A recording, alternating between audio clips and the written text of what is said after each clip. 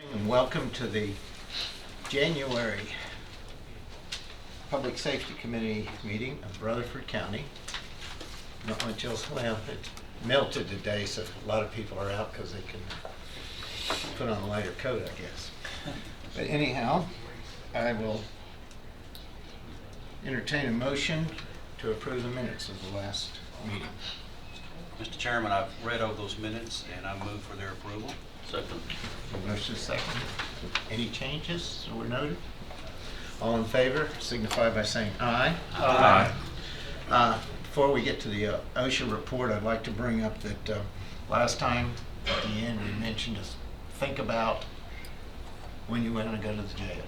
Okay, whether you want to go during the day, just as you get, or right before the meeting, an hour before the meeting. It's hard to get through it out there and thoroughly do it. So we'll just talk about that at the end. Okay, Mr. Good.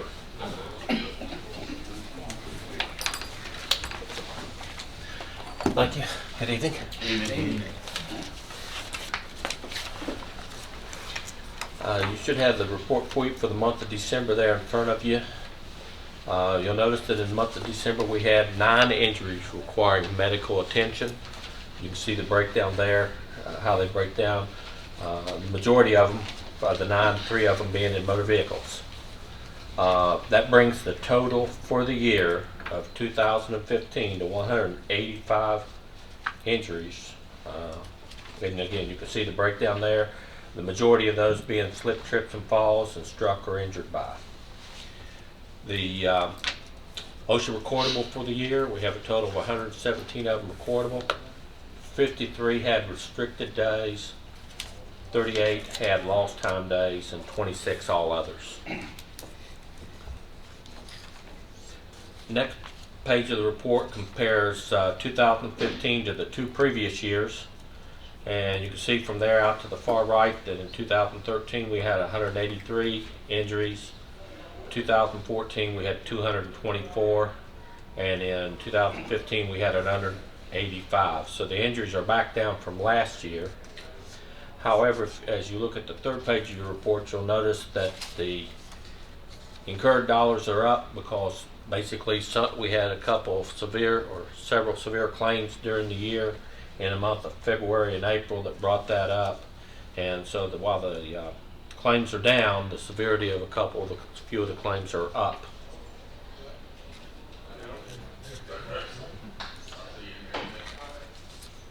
The reserve dollars for December were $12,827, or I should say the incurred dollars. That's what they expect the claims to run for the month of December. Of the 9 claims, 4 of them were with the Board of Education, and they had incurred dollars of $2,100. And the County General had the remaining 5 for $10,727. And the next page you'll see where the breakdown was of the 5 in the County General.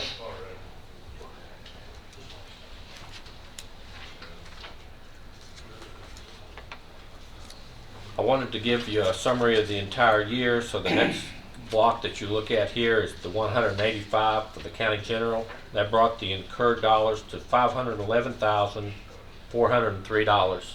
And remind you that all those claims have not been closed, so some of those dollars can go up if the claim has more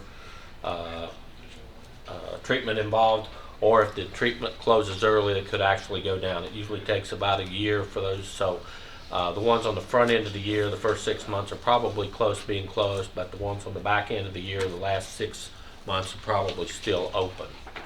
So we're at $511, so just to let you know that. The Board of 511,000. I'm sorry, I said $511. Thank you for correcting me. Sure. The Board of Education had 99 of those claims for $302,683. The Highway Department had a total of 7 for the year of $55,786. And the County General had the remaining 79 which totaled out at $152,933. And you can, again, as you look through the reports there, you can see where most of the injuries occurred as far as dollars and total numbers of injuries. You'll find that the top one is slip, trips, and falls, and struck or injured by are the two biggest ones, and strains coming in a close third, which is typically what we see every year. And then what I did on the next to last page of your report, I broke down the county general by the different divisions, or I should say departments within the county general, let you know where those are happening in the county general.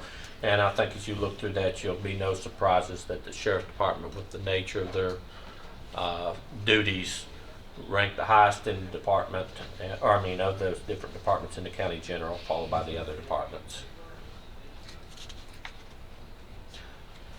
The last page of your report is a copy of the OSHA 300 log. As an employer in the country, OSHA requires us to post a copy of our report that we do every year on how many, as I reported earlier, the total OSHA reportable claims, lost days, and restricted days. This is the copy that I've put together. It's signed by the mayor, and it was sent out to all the department heads, to the sheriff's department, and to the Board of Education to be posted on their bulletin boards. It must be posted by OSHA's regulations between February the 1st and April the 30th. And if we should be inspected and they go to any of our county buildings, this is one of the things that they'll be looking for during that time period. So we put that out there and have that go out today to all the department heads.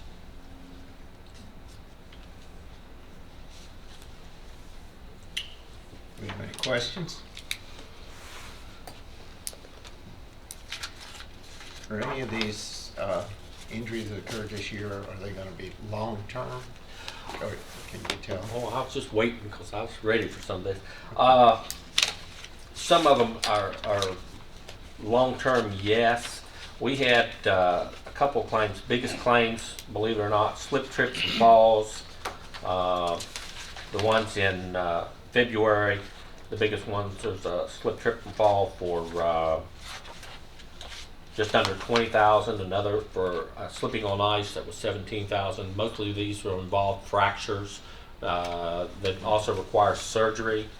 I had two of them in the month of February that were slip, trip, and falls on ice.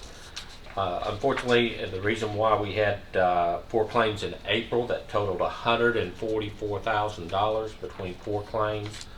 One was a strain for lifting, and it was over $30,000. Another one for repetitive lifting, which is $31,000.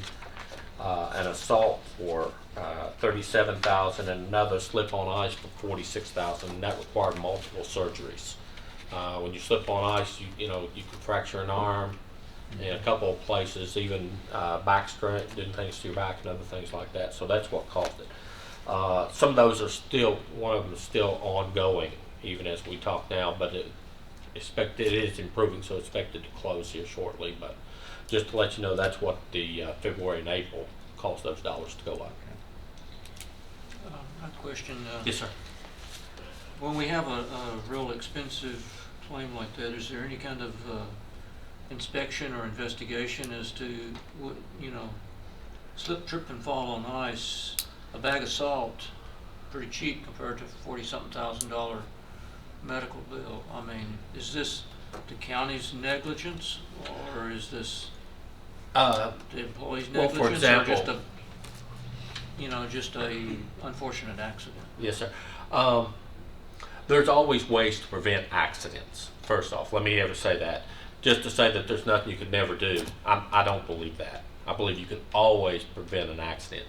The question is what do you do? For example, the last couple of days we've had the sheriff's department out in the snow and the ice, and unfortunately, they're exposed to those hazards. To be able to say, is there a way to prevent an accident while they're out there?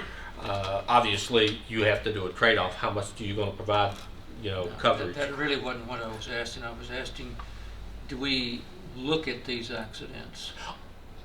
Oh, yes, sir. Yes, sir. We just don't. Yes, sir. We do. And in fact, some of the things that we do to conserve costs, we assign a nurse case manager to the claim from the medical side, okay? And we look at that. And then from the employment side, working with the department heads to try and evaluate what happened and try and keep that from happening and educate people. I don't know if that answers your question or. I'll talk to you later. Well, I'm with you. I'd like to see, because it didn't answer my question, I don't think with his either, that, when somebody slips or falls, Mhm. does the county do an evaluation of, was it our fault? Uh-huh.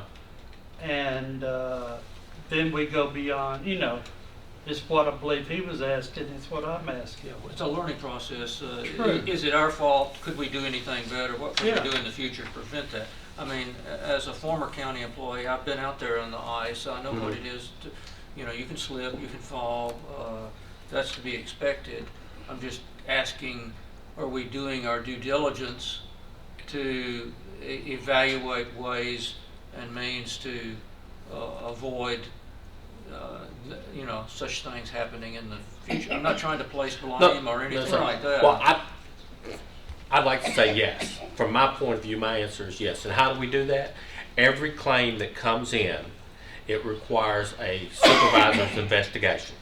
So when the supervisor has to then put their name on the line and sign the document that says, I've investigated this claim. I've determined what type of corrective action needs to be taken. Now, for example, I say corrective action. Somebody's walking by a water cooler and there's a leak in the water cooler and somebody slips and falls. Right. Okay? Then the question is corrective action. What do we need to make sure we get that water cooler fixed? Because I don't want a week from now somebody else to come by again, slip and fall because of the same water cooler leaking. Right. So the supervisor is then taking some type of corrective action to be that. In addition to that, what I would like to think happens up on top of that is the supervisor goes back to his maintenance people and say, hey, we need to get on these things as soon as possible and correct the leaks in the water coolers and things like that.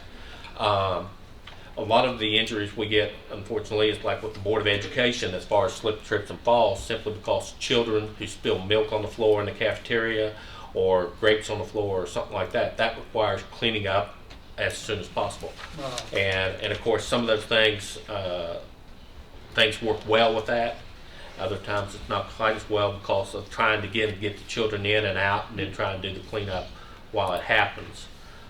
And again, we've got so many schools that each school has its own learning curve and work with that. But they are working to improve, I believe, to clean up the spills and things like that. Well, you've answered it when you said the supervisors they have to put their name on it. Yes, sir. And investigate it. Okay. Yes, sir. Supervisors do. And I've had it going from the first line supervisor who they report to, even up to like the department head or the principal at the school or something like that to make sure that those things get addressed. Okay. Thank you. Thank you. Anything else?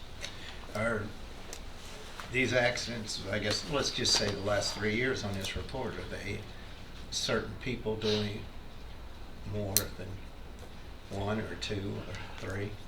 I can honestly say, looking back, I've been here now for just at 8 years. And when I got here and we did a report to see how many were reoccurring and things like that, and I can honestly say that the number of reoccurrences has cut down. Okay? There was at one time we had as many as one person that had 7 injuries in the last 3 years. We don't see anything like that anymore. We may see the same name once or twice in a period of 3 years.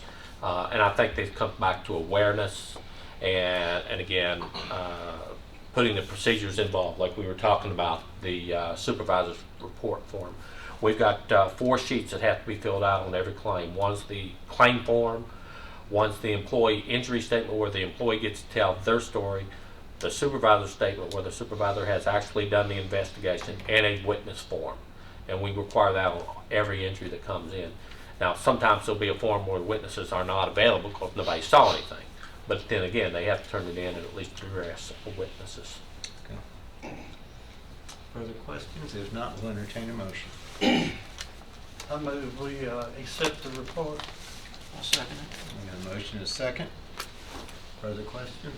All in favor signify by saying aye. Aye. Any opposed? Thank you, sir. Thank you very much. Mr. Gregory.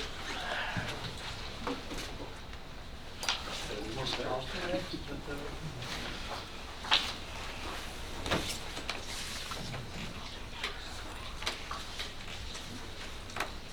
sir. Yeah. For the month of December, we had 496 animals enter into the shelter. 26% came from county jurisdictions, 11.3% came from the city of Laverne, 49.8% from the city of Murfreesboro, and 12.9% from the town of Smyrna. We had 199 animals that were adopted, 153 that were euthanized, and 158 that were reclaimed by their original owner. That gave us an overall adoption reclaim percentage of 68.2% and a euthanasia rate of 29.3%.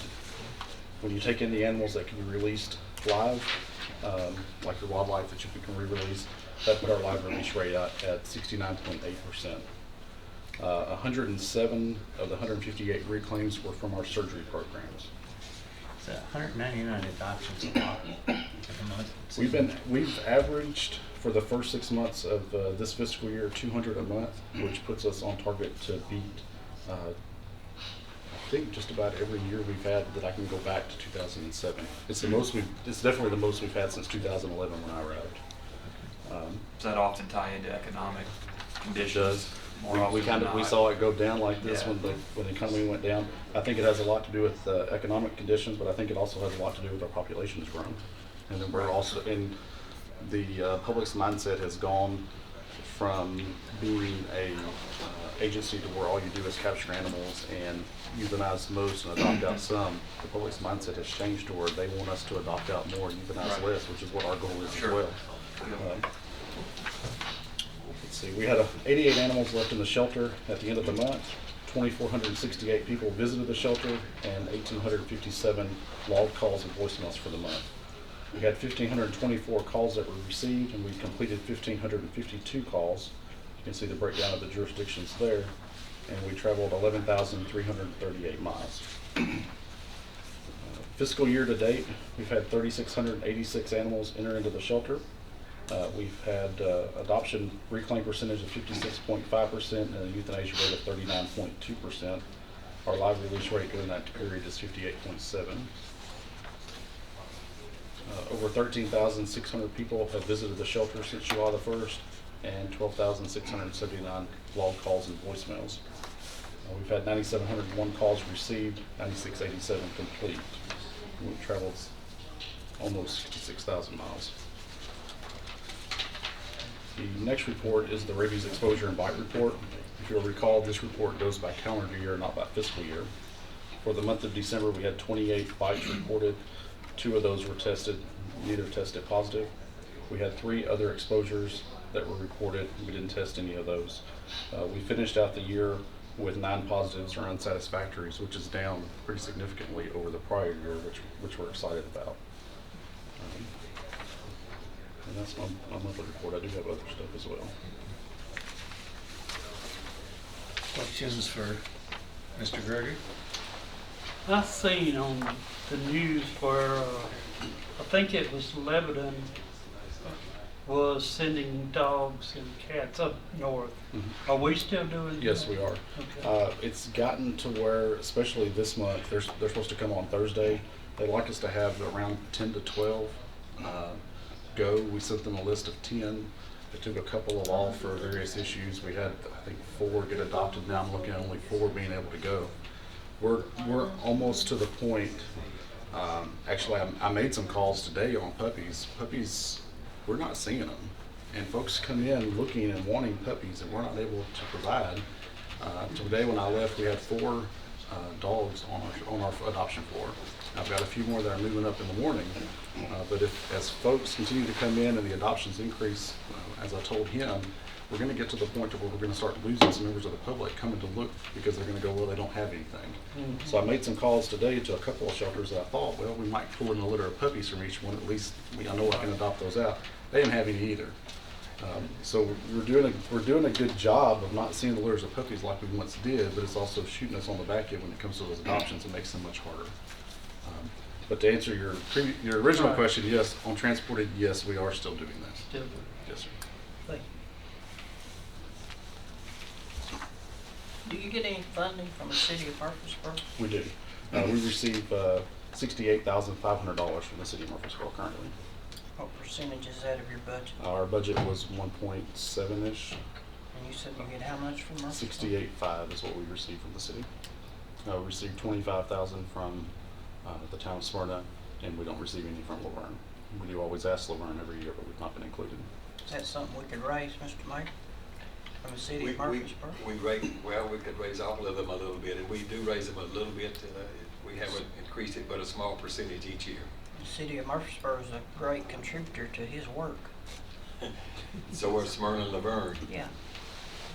We increased the Murfreesboro contribution. I'm not sure if it was this fiscal year or the prior. We went from, I think, 65 to the 68.5. It puts them around 10 and a quarter a call, if I recall. All of them, we always try to keep the funding levels right around the same, and everybody's around that 10 to 10 and a quarter. But another thing to remember is, and you hear about it some, is the cities, the people in the cities also pay county taxes, just like people in the county. That's where they come from. Some of them. If they're 50% of a man's job, they might want to contribute a little more. Yeah. Reducing control. Any further questions? If not, we'll entertain a motion on the report. I move we approve his report. Second. Motion is second. Further questions? All in favor of the report? Say aye. Aye. All opposed? Thank you. You got a budget amendment. I do.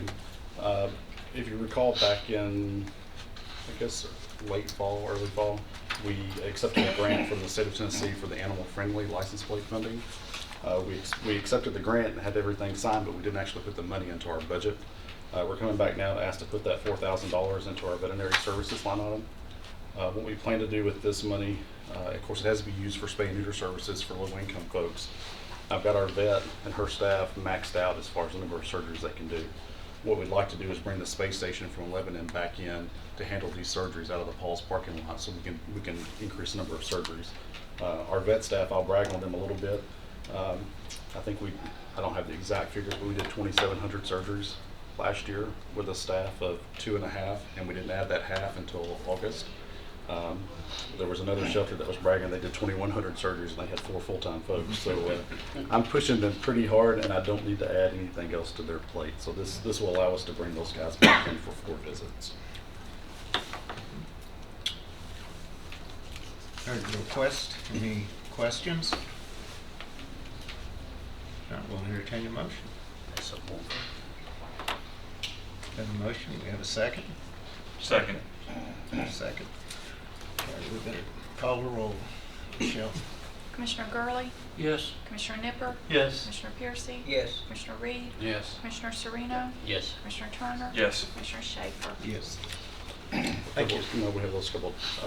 One thing I talked to you about, then I have another one. Oh. The PetSmart grant. Yes. PetSmart, through the rescue wagon program, which is where they transport the animals, every year they do a training. They've gone through some restructuring this year to where they're going to cancel that training, but instead they're giving shelters the option to apply for an invitational grant to send folks to another national training. I found out about it last Tuesday. The grant application was due today. So I had to submit. I talked to Commissioner Schaefer and Deputy Mayor Davidson last week regarding it. Put it in the grant. It was around $2,100. It covers the hotel, the registration, up to $400 of the airfare, and it does give, I think, $35 a day for their meals. The airfare was going to be $432, I think, so there would be $32 for 2 folks that we would have to cover, which we can't of our budget. But I did have to turn that in today. I submitted it about 2 o'clock. So I'm asking for your all's approval so we can go forward with that. This is one, if they hadn't restructured them in Nashville, just Yeah. everybody that was free could have gone up for. Yeah. We really, and I could have sent as many folks as I wanted to. Okay, so you heard the request. It's been a worthwhile program for It us is. that we have, so we'll entertain a motion on the request. Make a motion to approve the request as presented. Second. Second. Further questions? We better call the roll on this one too, since it deals with money. Commissioner Gurley? Yes. Commissioner Nipper? Yes. Commissioner Piercy? Yes. Commissioner Reed? Yes. Commissioner Sereno? Yes. Commissioner Turner? Yes. Commissioner Schaefer? Yes. Last thing, I know I got a lot tonight. We were looking at, in next year's budget, requesting funding to increase the fencing on our property. The dog walk area that we currently have is only about 25 feet wide, and it runs the length of the building. And then you've got multiple air conditioners out there. So we started looking at the property that we currently have to try to get additional space for the dog walk area. We have multiple folks that come in on a regular basis, anywhere from 2 to 5 a day, that consistently walk all of our dogs, and they're on top of each other. When you get members of the public out there walking, you also have them not knowing how to properly control an animal. We have fights, those type things. So we were looking at enclosing a couple of areas that right now were basically just kind of overgrown. I had a quote done on that, and it was around $25,000 to fence this in. Floated the idea to a volunteer, not knowing what they had in mind with it, and they came back and would like to pay for this. So what we've done thus far is the city requires a site map that the county engineers working on for me to get over to the city so that we get their approval. I spoke to Mayor Burgess, and he asked for us to get your blessing that you're okay with us proceeding with that, with them paying for this $25,000 worth of fencing. It would basically, would say triple our dog walk area. It's just like donations the school board gets and the sheriff's office gets, basically, is what this is, and some like you get too. Yes, it's just, we wanted, before we proceeded, especially since it involved the county property, to make sure that you were all okay with that. Do you have any questions on chain link? Chain link, 8-foot chain link. It's gonna be divided, so you don't have a. No, well, there's gonna be, if you face our building from John Rice over to the far left, there's a triangle area that's never been used for anything. We're gonna fence that area in and use that just for our consistent volunteers, because they'll have to walk an animal down the hallway and across the parking lot, but allow them to utilize that. Also, with it being right by the road, as people drive by, they're gonna see the dogs out there playing and that type of thing. On the back side of the shelter, where the driveway goes into the back gate, we're gonna add an additional gate there, and folks would walk out into, they would be able to utilize the current dog walk area or walk across the parking lot and be able to use the kind of the triangular area behind the shelter. So it's not gonna completely eliminate that, but by tripling that space, they're not gonna be piled up on top of each other. I'm sorry?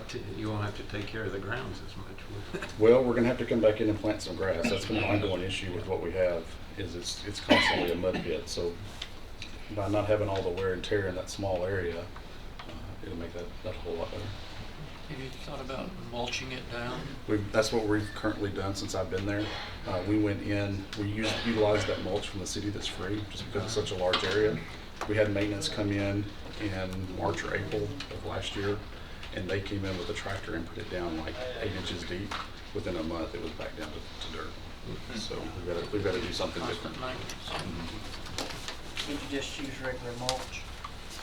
I think we'd probably be in the same boat, just from the fact that the stuff that comes from the city is a little bit larger. So I thought it would hold up better. I don't know that the mulch would do much better, and the cost of it would be pretty significant for those areas. So what are you going to use? I'm looking at probably going in and putting down a little bit of concrete and some sidewalk through the main thoroughfares to get back and forth from these different places, and then trying to see if we can get somebody to come in and seed it. There's multiple options that I looked at, but none of them are cost effective when you start getting it. Basically, the most cost effective was AstroTurf, even zero maintenance. It's also $10 a square foot. So in my mind, that wasn't very reasonable to consider. Also be hot in the summertime. Well, they make it now to where it cool. They make it some specifically for dogs to where it does cool. But you know, we've talked about pea gravel. Then you have concerns as far as the pads and those type things on our dogs. Just there's not very many good options. I guess we need a motion on Mr. Gregory's request in a second. Move to approve. Second. Motion second. You need to call a roll? It's just 20. accepting money, but I'll be happy to. All right. Go ahead. Commissioner Gurley? Yes. Commissioner Nipper? Yes. Commissioner Piercy? Yes. Commissioner Reed? Yes. Commissioner Sereno? Yes. Commissioner Turner? Yes. Commissioner Schaefer? Yes. Thank you all. Thank you. Well, it's nice to get it coming that way instead of Right the other way. Do they do schools by any chance? That's true. Mr. White, ambulance report. Okay, mine will, I promise, be short and sweet. This is our report for January, and it is, we don't really have anything that's out of the ordinary from our last report here. And we're probably right on schedule with all of our maintenance and everything else that you see over here on the bottom side of that page. The number of calls responding out of unit, that's a really hard chart down here at the bottom, and it's a little bit easier chart toward the end of the report that you can see. Okay, the next page is our in-services and in-service training that we have, and also our REACT, which is our public relations people and our standby, and the special operations unit is down there also. The next one is our response time. The last couple of meetings, we've gone from like 8.0 now to 8.2. More calls, longer to get to the calls, more traffic. So basically, the other two times on that are on-scene time and our to the hospital time. Just the to the hospital times increased just slightly. On-scene time is about the same. Next one is on the district calls. This is in your district, how many that you've had in your district over the month. And then the next page is how many we've had in your district over the year. Okay, the next page is, Why does Salem get so many Nashville calls as opposed to the rest of them? well, because the transport truck is also scheduled in Salem. And so, you know, that they kind of get those units, and our transport truck makes most of the out-of-county calls. This is the big picture page, the next one, and that is basically where we're having our most ambulance calls, our standbys, you know, things like that. You can see MTSU is again leading the pack with 487. It's followed very closely by Salem and Burton Street. Those are our top three. And we're taking Unit 12 out of Manchester and covering a lot of those MTSU calls. You can see a lot of pattern there, isn't there? Next few pages are thank yous and that type of thing. And Terry did a 2015 in review on what we've been doing as far as public relations. And that's the end of the report.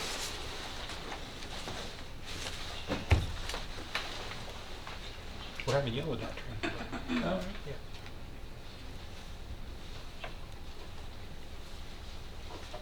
Any questions for Mr. White?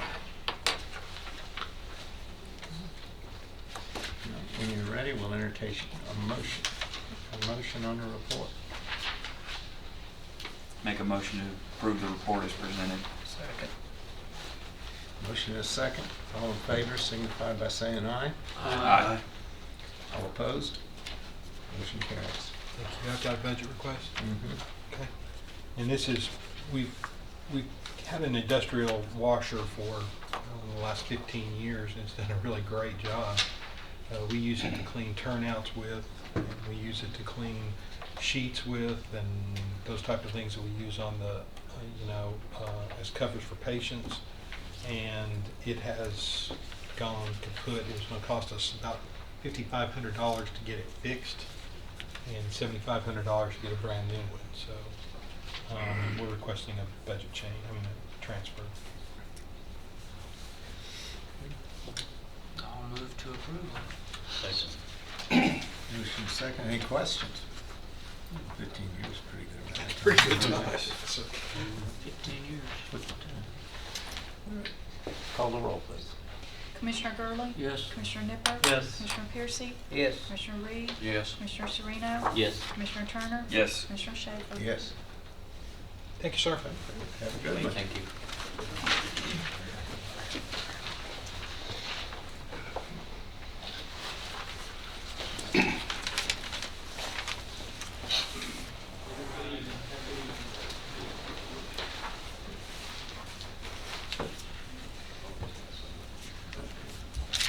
How are you this evening, sir? Good, good. The first sheet is just a yearly total from January 1st, 2015 to December 31st, 2015. If you notice, just for that year, we ran 72 structure fires. And then we had 275 motor vehicle accidents with injuries, 124 without injuries. And I think on the first page it was, and we also ran 436 medical services calls assisting EMS. Had a total of 1,671 calls this year, which is up from 2014, which was 1,496. So we're up again this year. From the last public safety meeting to today, we've had 10 structure fires, 23 motor vehicle accidents with injuries, 13 with no injuries. And then the next sheet is the breakdown of the MVAs across the county, showing the response of each rescue truck. If you'll notice against the yellow highlights, when a rescue truck had to cover rescue 5 because of after hours response after 5:30. They had 47 total MVA calls with an average response time of 8.8 minutes. And down at the bottom is each rescue truck and the location that it responded out of.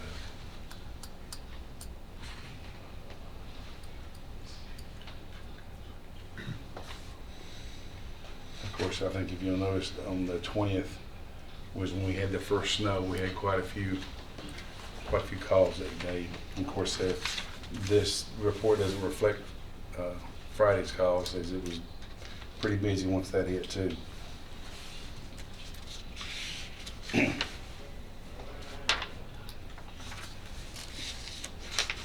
The next sheet is the total overall of the volunteer departments in our department. We had a total of 118 structure fires last year, which was up from 80 structure fires in 2014.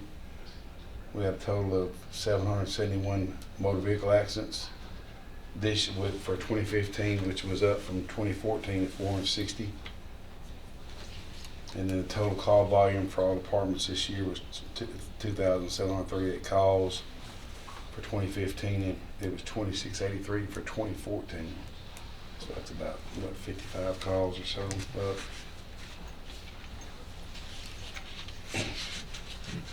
Last sheet shows houses that had property damage from fire that was turned into the codes department.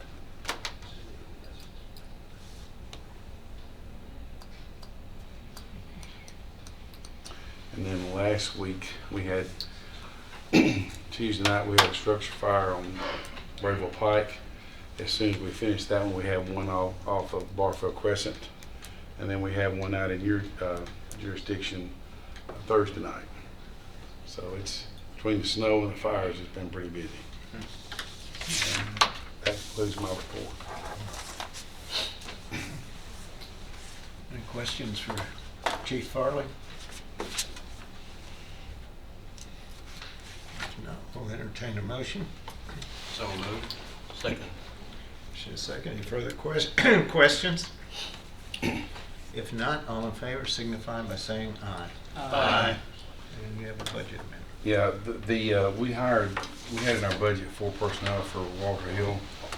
We were waiting on the grant from Schaefer to find out if we had a 12, which we did not receive that grant. So I'm asking to take some of the monies of the unused salaries between July 1st and we didn't hire to December, taking some of that money out of our salary budget and putting that in our overtime. Reason for that, a lot of times at Walter Hill we still have calls coming in at 5:30 when they're supposed to get off. We had an unresponsive infant the other day, chest pains, stroke, and a lot of times we want these guys to be able to respond. A lot of times they provide patient care and also assist EMS, but it may be as serious, they may have to drive the ambulance in, so you have 2 paramedics working in the back. This will allow us to make sure that even though 5:30 comes, the calls don't stop, and this will compensate those guys overtime. Also, it also allows us in the daytime or anytime we have a major structure fire, if we don't get enough response from our volunteers, we can use this overtime to call in our paid guys to call. We have a mechanism, we can send out a message on our phones, and it just lets them we need backup, and they're called in, and this will allow us to pay them overtime. So basically, it's just money that's in my budget that we haven't used. What's gonna happen next year? Hopefully, we'll have more people next year. Get that. You heard the request. So by moving this money, it won't shortfall your budget anywhere else? Now, see what this money was, if we'd have hired July 1st, this money would have been paid salaries. But we were waiting on that grant that we applied for personnel, and we weren't notified in November. So once we were notified we didn't get the grant, we went ahead and hired. And this is the unused salaries that was not spent during that time. We're just moving out of salary or payroll into overtime budget.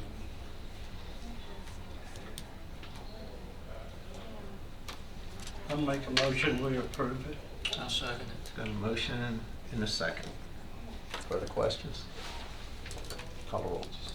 Commissioner Gurley? Yes. Commissioner Nipper? Yes. Commissioner Piercy? Yes. Commissioner Reed? Yes. Commissioner Sereno? Yes. Commissioner Turner? Yes. Commissioner Schaefer? Yes. Thank you very much. Thanks, Chief. EMA. Mr. Cass. You have my report, just bring up a few highlights in there. One thing you'll see in some of the meetings we've been having is District 5 Homeland Security. Some of our subcommittees are starting to meet, response, EMS. I don't think we Well, you don't have. have- No. I don't have it. It's not downloaded. Didn't get home. Well, Yeah, it went from 4 to 6. You're gonna have to just do a good job of explaining. oh, I'm sorry. No, it's okay. Please It say went that. from 4 to 6 on the iPad. Yeah. I think you were 5. Yeah. I thought I'd called you up before. Well, then I'm not up tonight. I'll see y'all later. Yeah. No, all right, I'll go ahead and hit the highlights anyway. A lot of this is just, you know, we're doing month to month. But what I was saying was, it's that time of the year where the Homeland Security District 5, which we're part of, along with 6 other counties, to include 2 of the large ones, which is Davidson County and Williamson County, Sumner, Cannon's also in there, and Wilson, a couple more. But anyway, this is time when the subcommittees get together and put out their priority list of projects they'd like to try to get funded.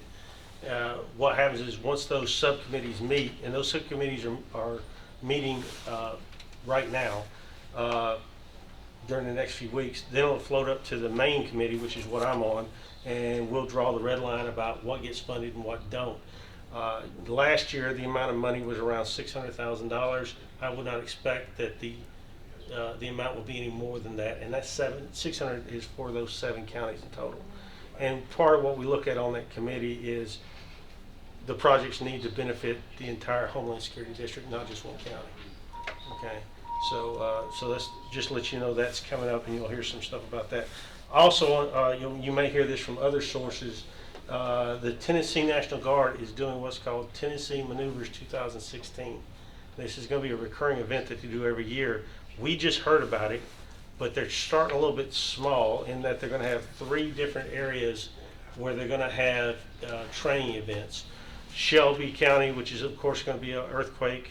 Coffee County, which is our neighbor to the south, is going to be an ice storm scenario. And in Bristol, I forget exactly what it was. I want to say it was a pandemic, but I might not be sure. But Sullivan County. What this is they're trying to re-engage the Guard back with their non-war mission, which is supporting disaster relief within the state. The issue with it now is we just now found out about it. We'd love to be able to have all the public safety agencies participate, but fiscal year ends in June. This happens in May, June, and they like to line it up for National Guard units to be able to participate, which is usually on the weekend, which implies overtime. So I'm going to a final briefing on this on the 3rd of February up at the state headquarters, and I'll come back to those safety agencies and give them my recommendation on level of participation. But just, if y'all hear about it, we are trying to participate, but it kind of caught us shorthanded this year. This is something we need to know ahead of time so we can plan any costs for it. We also, this past, on the 13th of January, we had one of our quarterly PIO group meetings. PIOs are the public information officers. What we do is bring in not just the county public information officers, but the ones from Murfreesboro, Smyrna, and Laverne as well, and do a little bit of training, maybe bring in a guest speaker from one of the news organizations, something like that, and talk about some things. Just make sure that it's one of those where you want to make sure everybody knows each other before we have a big event, because getting out the public information is important.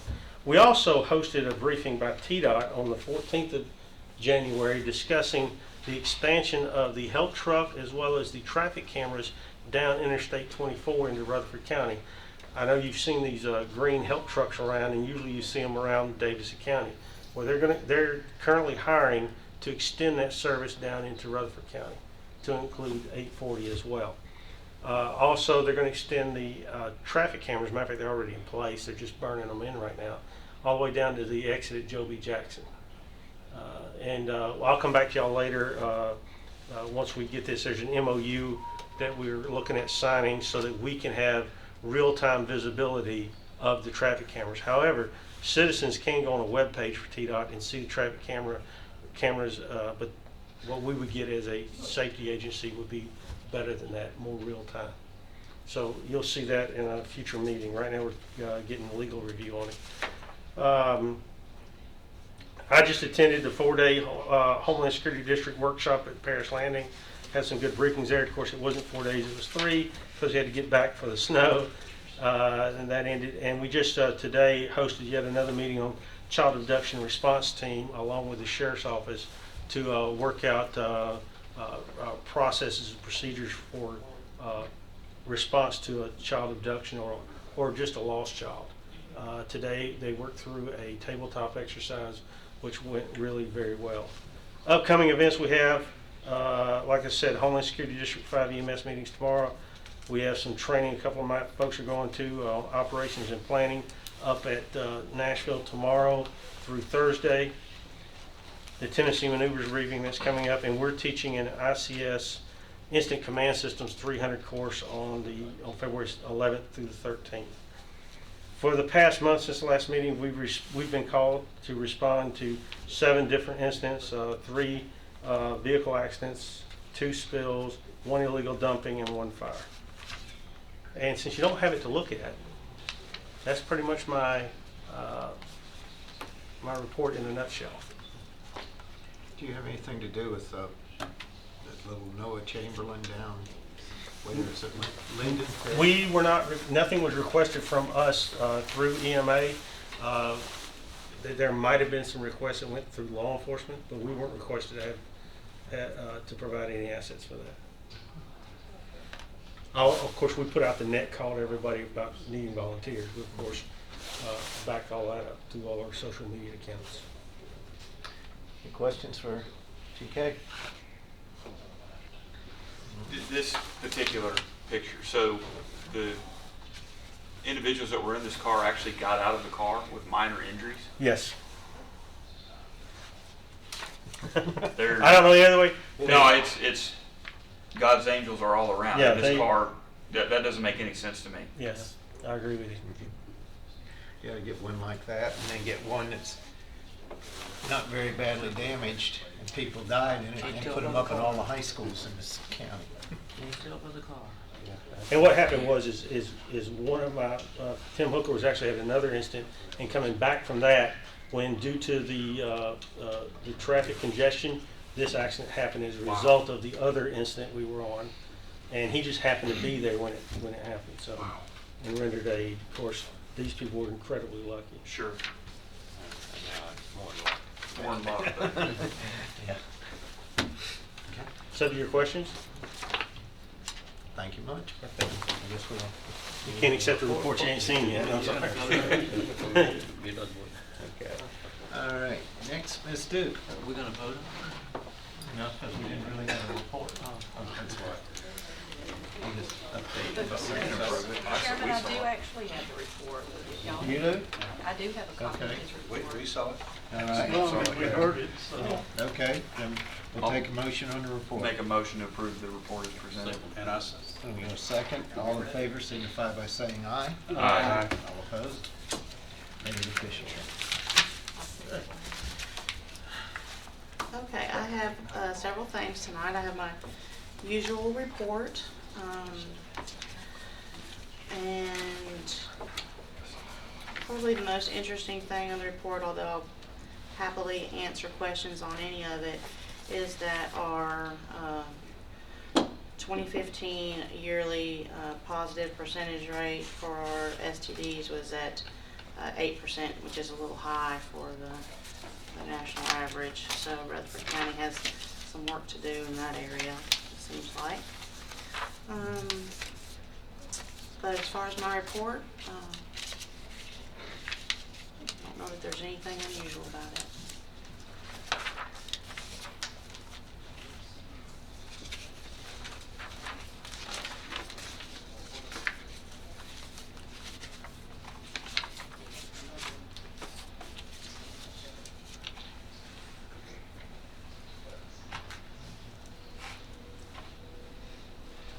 One thing you might note, if you remember last year, first census was probably mid-20s or thereabouts, and this year it's 30 to, up to mid-30s, so our census has increased.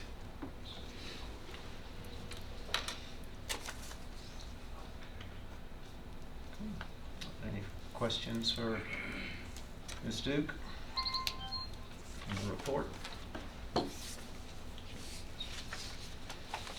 when you're ready, we'll entertain a motion on the report. Make a motion to approve the report as presented, Mr. Chairman. Second. A motion and a second. Further questions? All in favor signify by saying aye. Aye. All opposed? Motion carries. The second thing should be a contract between the Department of Children's Services and Rutherford County. This is the same type contract as we've had last year with Tennessee DCS. The maximum amount of the contract is $186.98.70. Still, the daily rate for kids in state's custody is $132.38, so that has not changed. And they ask us to sign the yearly contract as usual, and I am requesting that we do so. So there's no changes? No change. and you've read this contract? Yes. Okay. Last year. Do we ever send them through legal again? We don't this time, I don't think we have. I'll tell you what, if I read that thing and you were trying to compare it to last year's, I wouldn't bet on it. It's just two numbers in there that they can change and have changed. I mean, they've left them the same. How long has it been, 132.38? This last year? No, I've been with the county for 23 years this year, and I don't ever remember it being less. It's always been 132. We didn't have a contract for a while. though. That's correct. So she just took the initiative to reinstate this a few years ago. Right. Good job. Is this a break-even amount, or are we still on the low side? State is, the cost is not negotiable. It's still on the low side, but we have in the past, the commission has been in the past of the opinion that if you have an empty bed, getting 132 out of it as opposed to nothing is our best option. It's been a positive impact on our budget in that we still have the same amount of staff whether we have this contract or not. it helps us. The revenue is pretty much passing through to us, except for the, cost as far as food, et cetera, Just like a hotel.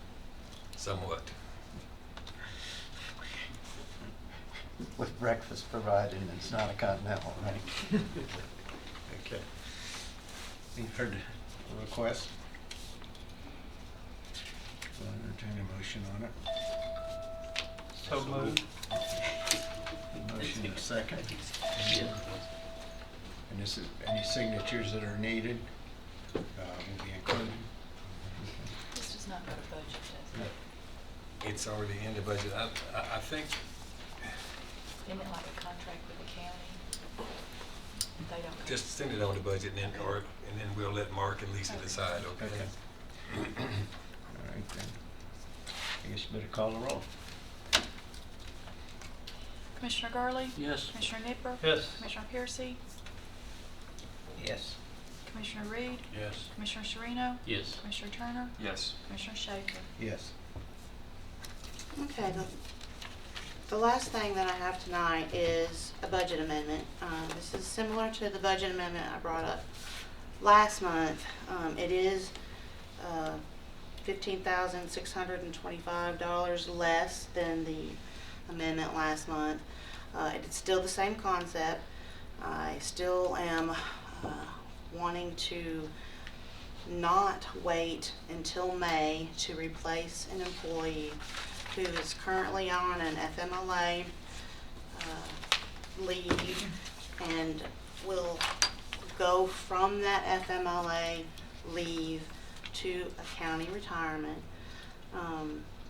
Generally, the way it works is that until you pay out an employee all of their accrued leave, you cannot fill that position because the money's not budgeted. This amendment would allow me to fill this position, not wait until May, and it is, I'm asking for this again because, as I said last month, I have a total of 5 sergeants. 2 of those sergeants are currently out on various leaves. One of those positions I have already temporarily filled and backfilled all the way down to a part-time employee. This position, I would have to wait until May to be able to do that, and I need this supervisory position filled to help with workload. I have included some information to let you see the revenue that our department receives from the counties that we currently contract with, as well as the Tennessee Department of Children's Services. This is the same information that you get monthly on our reports, but I thought maybe looking at it removed from all the other would be helpful. I perhaps didn't do a good job of explaining it last month, and I'd like to see if we can reconsider the request. Right now, you're covering it with overtime position. I would like to, I think what, I introduced the motion last time to not deny this, but I think it really gets back to a bigger issue, and it's not just involving your department, it involves multiple departments.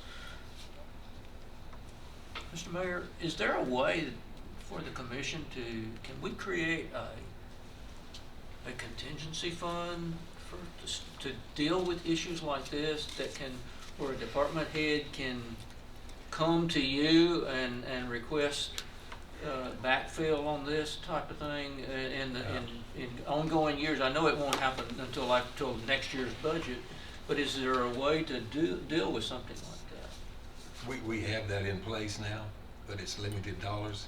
The mayor has $50,000 that I can use to do just these kinds of things. I've already used up all the $50,000 this year. Or yes, if I had $20,000, I could do it. Yes, sir. Is that limited by us, the commission? Yeah, we can put in the mayor's budget. If we don't, if we think we need 100, we can put 100 there, and that would give me more flexibility. I don't use any of it for the mayor's budget. It all goes out to somebody else's department. Because it seems to me that this is the type of thing that should be handled internal administratively, more so than coming to us until, I mean, I want it to come to us. I want us to know what's going on. I want to report on it. But at the same time, there's situations come up, like I said, not only in Director Duke's department, but in other departments where you have an immediate need. Things happen. People decide to leave, quit, get sick, and there should be some I typically better way to haven't- deal with it. I haven't typically used it for payroll purposes, but if you look at all of our budgets, each department, there's not a lot of squishing room, that's what Lisa would say. There's not a lot of flexibility there for And us to that's have any intentional. extra money. So sometimes things happen that we don't expect, and we just have to reach up and meet them. Now, like you just heard, $7,500 for a washer. The Right. ambulance It department, happens. they happen to have some ending fund balance. They stand alone. So I met with Ms. Duke about this, and the more of these people we have that we come and we take care of, the more responsibility we have, the more need we have to be sure we've got proper staffing in there. And she's convinced me that this is a real need. It's just not something she wants to fill. And we've got these two people that have been out on an extended period of time. And one of these is going to be leaving us and retiring, and as she just said, we have to pay that annual leave out on the day they leave, which draws down that salary line item. And that being said, I will make a motion to approve this, but I would like to keep, all of us keep in mind, maybe there's something we need to look between now and as we get into the next year's budget to Well, I might better be able to deal with I it. might improve that a little bit, but I may not double it. I may ask you to let us take that from 50 to 75 or something, okay? But that's been there even before I got here, and I have used most of it every year for some purpose in some department. I move to approve this amendment. Second. Question. You've been covering this with overtime so far? Well, our overtime line item is zeroed out. We have had multiple employees with time that had to be paid leave throughout the year, plus just generally using overtime for its intended purpose. So there is no overtime to draw from. Do you have a lot of people to leave? The national turnover rate for corrections is 28%. And I'd say we're within that national percent.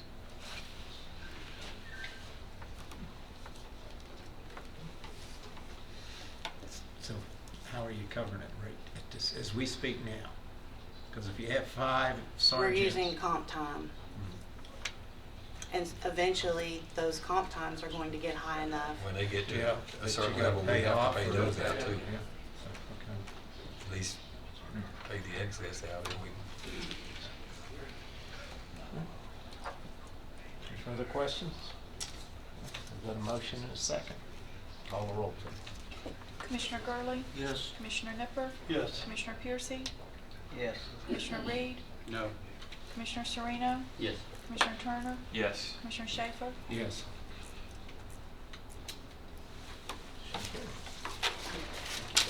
Thank you.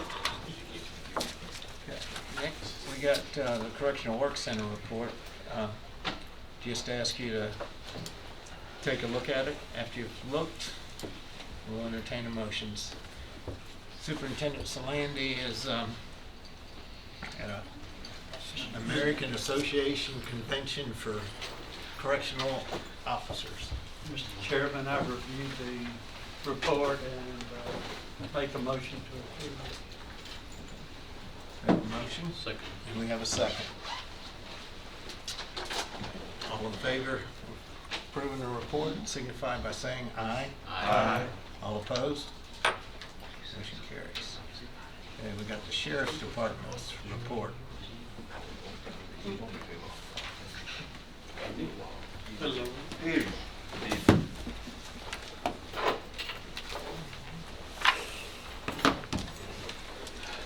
Real quick, just a quick thing about corrections and turnover rate.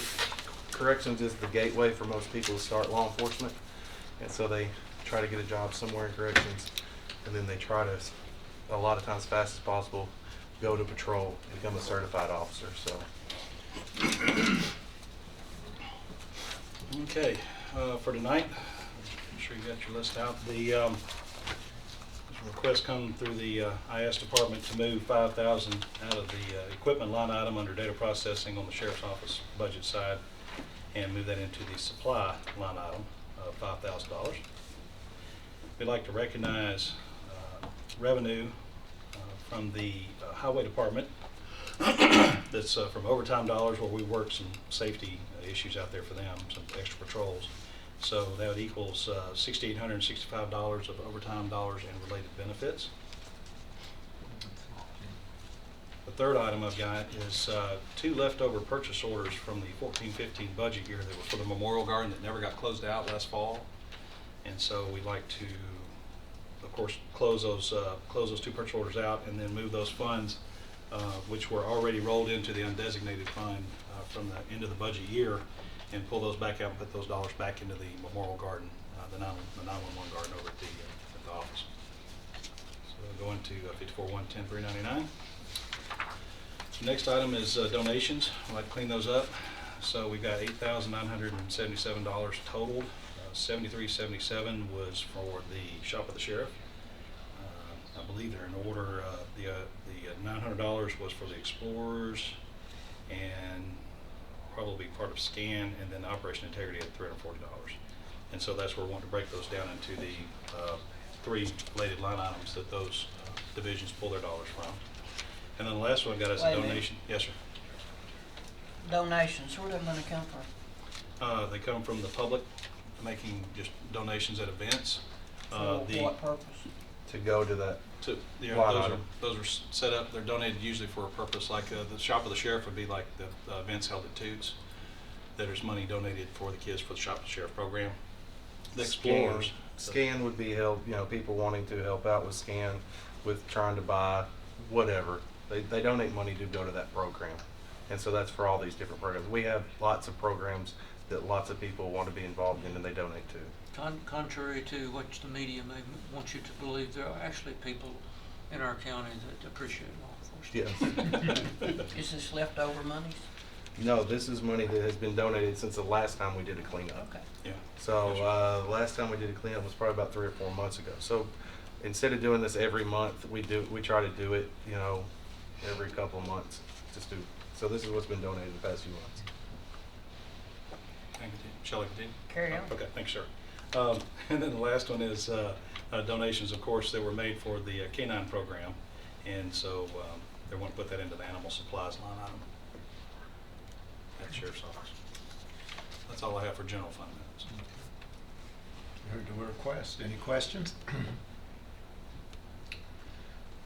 How come you waited so long on the funds that were put into the undesignated They just unassigned fund balance? Talking about the $350. Yeah, why didn't you do that months ago? Well, we just figured it out this morning. Oh. She was going through and clearing out some stuff, and there was a question that Because I came know up on you have something else. a lot of stuff, some of your grants and all this that roll over can go that way too. But Rosie was doing some paperwork and cleanup, and she found it and said, "Oh," and so. I think $37 million, $350 mistake. I think we can handle it. Nobody's perfect. Okay. Rosie does a great job. We heard the request. If there are no further questions, I'll entertain a motion.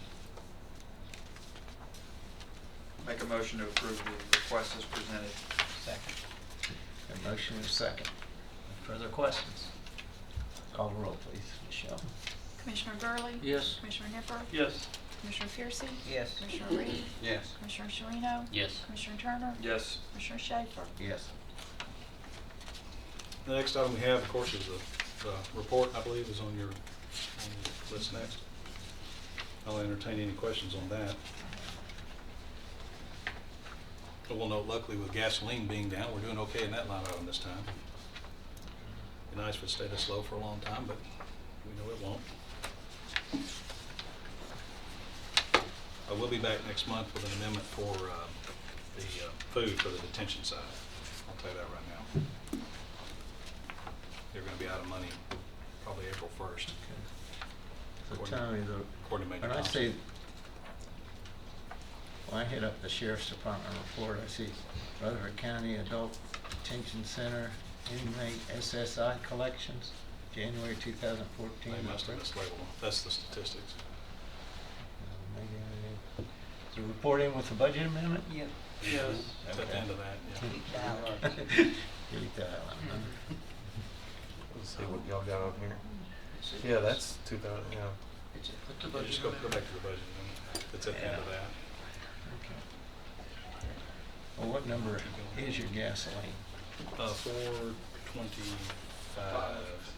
Yes, 54110-425.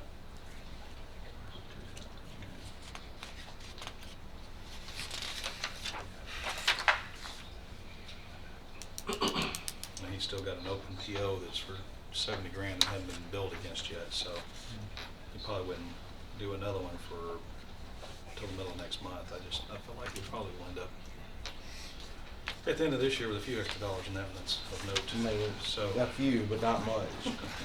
I mean, if you look, I mean, it's got 53% sitting in it right now, and you look at our payroll, you know, our payroll's sitting at 45%, so you think on average we should be pretty much 45%, so we got a little bit, but not, there's, I mean, It's I one of the good said ones, yeah. whenever we started this year, this budget was not gonna be a good Well, budget. you said about the, Yeah. about the food, but the gasoline, that was as low as it's got, you know? It's helping, yeah. It's So helping. I'm hoping we have Seems something like- we're gonna try to move. You some funds remember, on I think we cut that by, what was it? It was like 80,000. Yeah. I think, or more. From last year's budget. Yeah.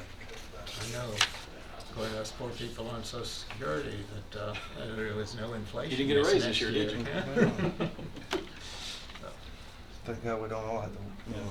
And luckily think we're about running that ahead when on we're doing our budget. utilities as well. We're ahead of the curve on that, on the detention side as well. It's still at 58%. But there may not be some billing that's in on that yet, so I'm not fairly If optimistic growth about would that. only stay with the Social Security rates, we'd be all right.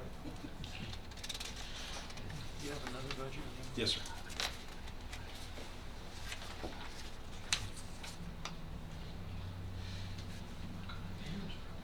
Looked at the report, well, if there's no questions, we'll entertain a motion. So move. Second. Motion is second, all in favor signify by saying aye. Aye. All opposed? There's an amendment from the DEA fund. I don't know if that should be after this. I don't know if it's all in the same file or not. Yeah, it is. Is it? Yeah, there it it's is. on the Okay, file. so at the very end of that file. Okay. There's been asset forfeiture funds of $9,737.81. A request come through that our top products division to move that to law enforcement equipment under their budget. They're needing to buy some radios. And I think this will wrap up most of their radio purchases. You know what they used it for last month? That's only gonna get one radio. Okay. Look, it seems it's like a deja vu, isn't it? We still got probably about 30 of those radios to buy, so that's only gonna get one. What kind of radio is It's the Motorola, one I showed y'all 2 months ago. it? Oh, The handheld? dual, yeah.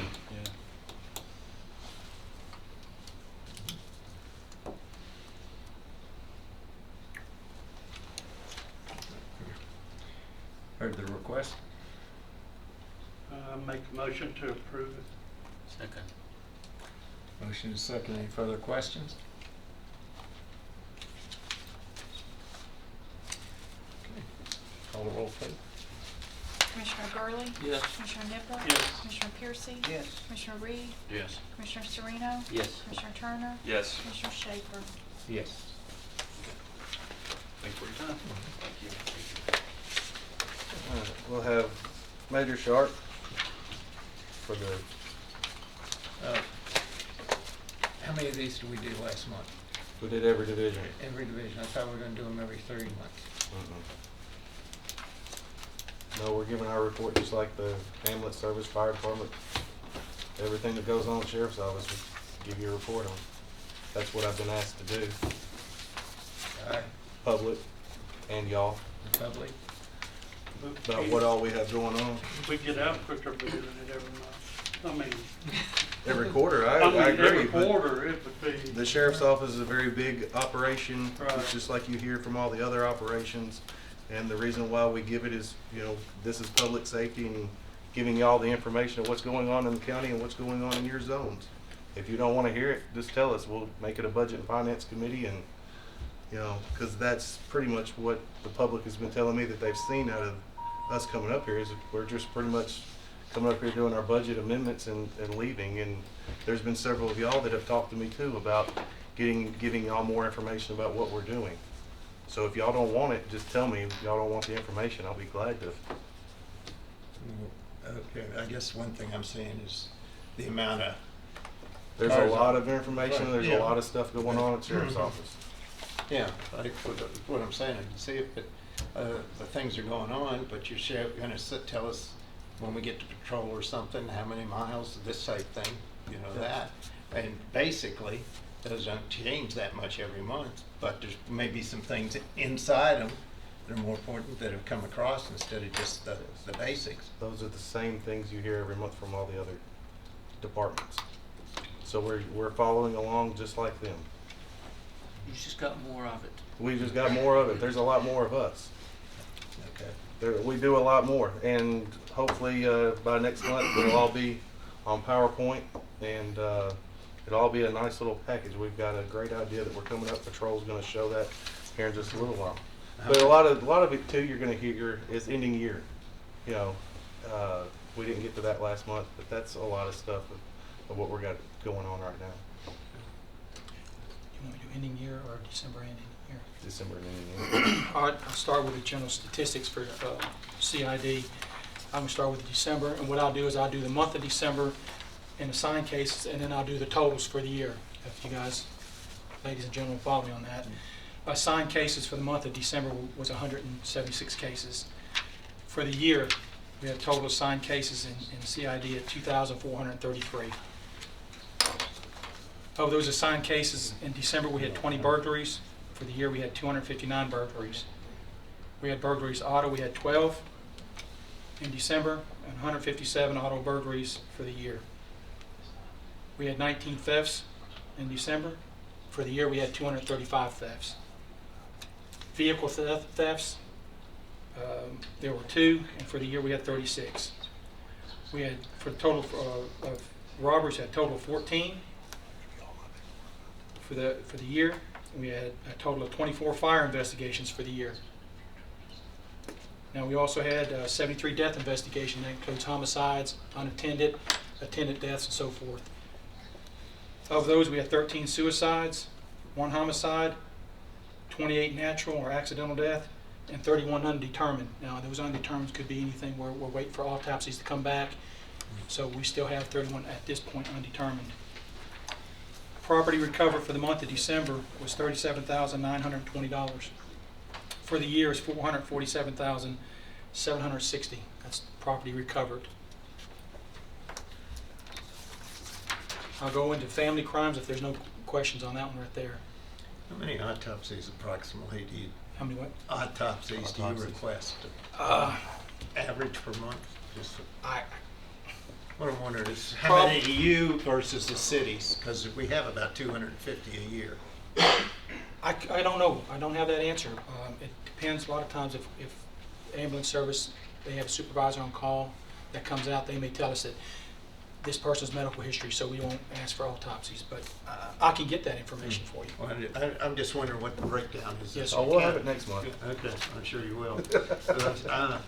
Sure, well, we pay, the county pays yes. for every one of them. Right. They cost like $1,600 a piece, so Yes. that's why I'm just curious. We've been in discussion with the ambulance service on that, and we're working really well together on that. We just have to do due diligence on our end, because if we have a body and there's no autopsy, and we face this on some old cases, and we've had to do exhumations 20 years later, that's something that we have to really take in consideration on the autopsies. I know it's expensive, I understand that. But we'd rather do it on the front end, because then if we have to go back, then we got to pay for exhuming. Yes, sir. Yeah. Yes, sir. Going into the family crimes or domestic, for December, we had 84 domestic violence reports assigned. For the year, we had 1,022 domestic violence cases. Sex crimes under 18, for December, we had 6. For the year, we had 71. Over 18, we didn't have any for the month of December, 17th for the year.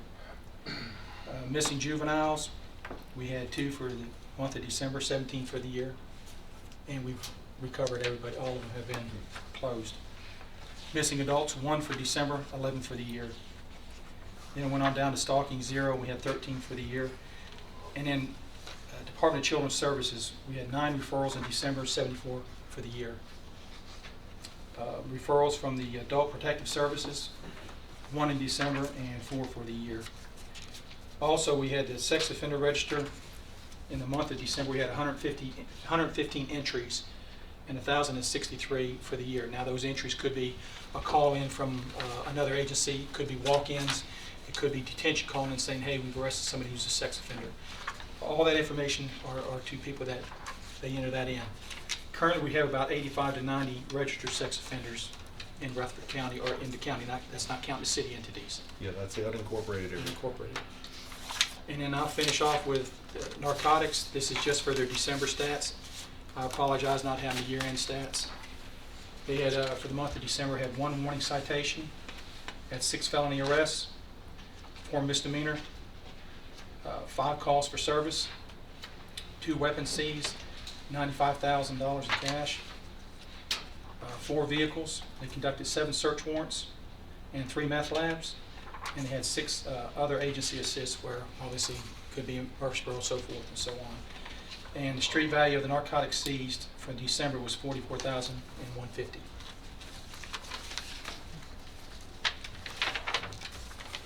Thank you, sir. Question? Thank you. Thank you, gentlemen, ladies, ma'am. Major McBurney will be next.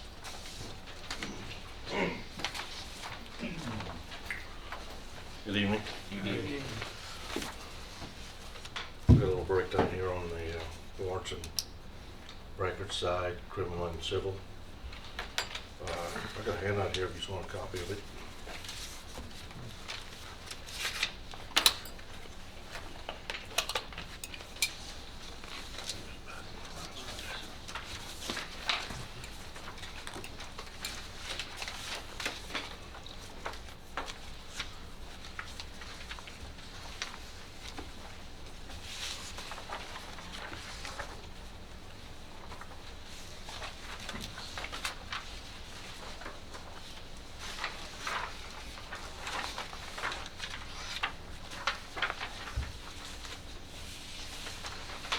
Okay, as you can see right here on page 1, criminal warrants, that's our, basically our felony warrants, guys.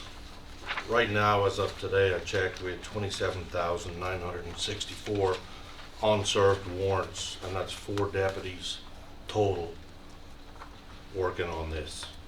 This month, with just them 4 guys, state felony warrants, they served 80, misdemeanor warrants 48. Combined, they attempted 318, and you can, and of course, again on the felony and the civil, on the misdemeanor, you see what they got. They served some civil warrants, 70, attempted 71, juvenile warrants 4, juvenile warrants attempted 4. They had 25 out-of-county pickups. That means besides them going out and hunting down fugitives, they also have to go out of county on our warrants, wherever they may be. So they had 25 pickups, miles traveled for them pickups, 3,352. Transport hours, 128.5, and total miles for the month altogether was 8,786. We also assisted the U.S. Marshals in Wilson County with several roundups and tasks they had. Below that are civil warrants activities. I'll not go through all of that. You can see the numbers. Basically, the total papers assigned was 1,168. Total papers served 1,123. Miles driven 8602. That was just for the month. And in there we have four deputies and one sergeant working on all them warrants. Page 3, warrants and records, clerk activity, warrants entered. You can see for the month they entered criminal warrants, they entered 1207, and executed as served were 823. Civil warrants they entered for the month 1456, executed as served 1483. Tiber's reports, that's reports from crimes from our patrol officers and so forth, 1086. Right now pending we have 36 extraditions, and we did 61 for the year of 2015. Are those scattered all over the country? Absolutely. And we're doing a lot of what's called borrows, where the DA will borrow somebody from another agency, and we, the county, has to foot the bill. We gotta fly out there, get the person, bring them back, they go to court, then we have to take them back again. We just did that with Arizona and North Carolina. And that takes manpower, time, and we only have a few guys in our division. Let me ask, you said there were 4 deputies doing 27,000 warrants? Yes. Criminal warrants, yes. That sounds like when I had to pick corn by hand. And them And I warrants usually range. get the down roll. I mean, I didn't want to get up the next morning. Them warrants range from very, very serious felony warrants to minor misdemeanor warrants. Do you know how old the oldest one is? No, sir, I don't. I would, Before your time? I would say they go back, from what I've been told, all of our paperwork goes back to 1976. Anything from 1976 back, either the sheriff took with him or they burnt. We gotta keep them for 100 years. But from when Craig Snell came into office, all the way up, we've got paperwork and we've got warrants. But before that, we don't really have it. So it's possible you'll be chasing dead people? No, we have to, they just did a, they just did a audit on the entire warrants division. They started December 1st, they ended it on January 5th, where they go through each and every one of those warrants, and they go through and they find the dead people. They pull those warrants, they send those back to the courthouse with a confirmation from the state with a death certificate and show that they're dead, so they recall the warrant. We try to do that. We're supposed to do it every year.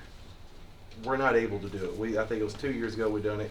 And when I first took office, we did it, and no one realized when the last time they had done it. And we purged a boatload of warrants then. So we're trying to keep up with them and go through them every so often and see what we can purge through death, or some are timed out. So there's some that get timed out, and so we purge those. So he does a good job When you with that. first took office, was there just 4 deputies working warrants? Yes, sir. A little bit of a breakdown on that for our 2015 statistics. Criminal warrants entered 15,120. We served 12,067. Of course, you can see background checks, gun permits, expungements, top 10. We got 197. Civil warrants entered total was 19,909. Civil warrants served 15,556. This is all done. Also, I wanted to just put it a little bit in here. It's not on that page. We are basically have a 20% annual average growth per year, and that's added to our total due to insufficient manpower. That's what's happening. Like a boat taking on water. You can only throw enough out, but you're not going to keep up. Do you have any other questions about warrants? Everything's computerized some form or another, Well, I mean from the past. we have it in our computer system again, and hopefully next month we're going to be here talking about our RMS and our CAD.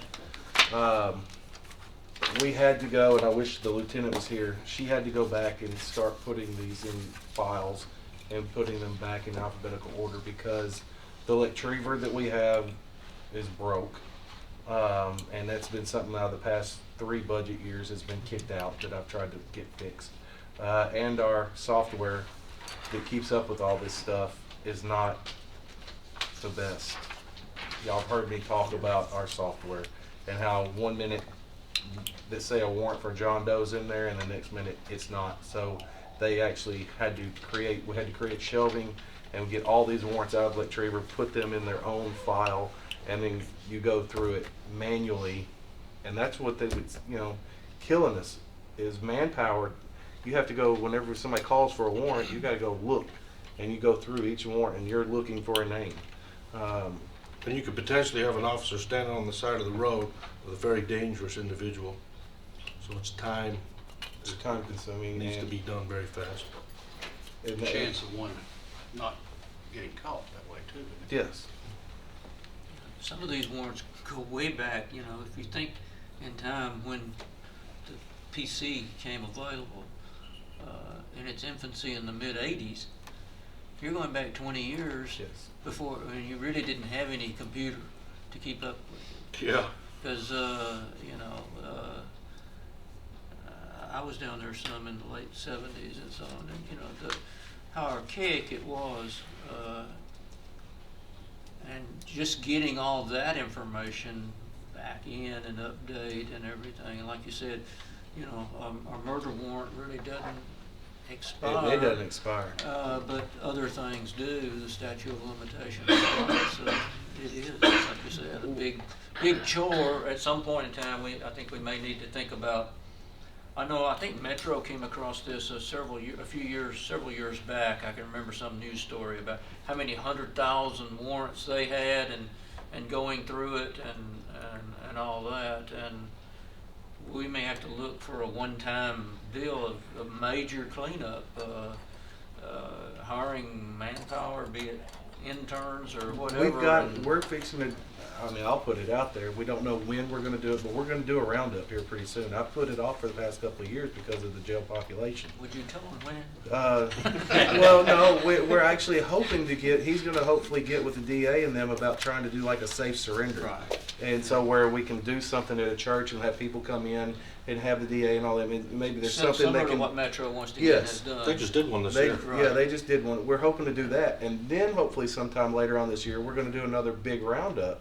So you had your opportunity to turn yourself in. Now we're coming for you. Because we have these warrants backing up. We haven't done it in the past because of jail population, but our warrants keep growing, and we're kicking the can down the road, and that's what we. Really and truly, our warrants and records division, it's gone back in time because back in the mid-'90s, the warrants were kept in whiskey boxes. Boxes that they would get from the local liquor store. They'd go take and they'd stack them up, and that's what we're going back to. We're actually going back in time in our warrants and records division. And y'all have walked in there and seen how packed that little area is. Yeah. And I think the way that they've got it figured out, in the next few months, we will literally be out of space because they measure it, and that's how they know how many warrants. And the calculations and all that, we'll be out of space. We'll start stacking warrants in the hallway You in a guys box. walked through there this past year, you see how Yes. tight it was in there. Yes. Right, let me make a statement, I guess it's called, and maybe you can back me up or say different.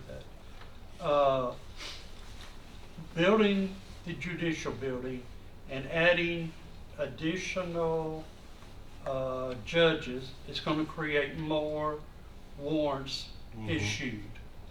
Then number two, the increased population of this county, as it increases, is going to create more warrants to be issued.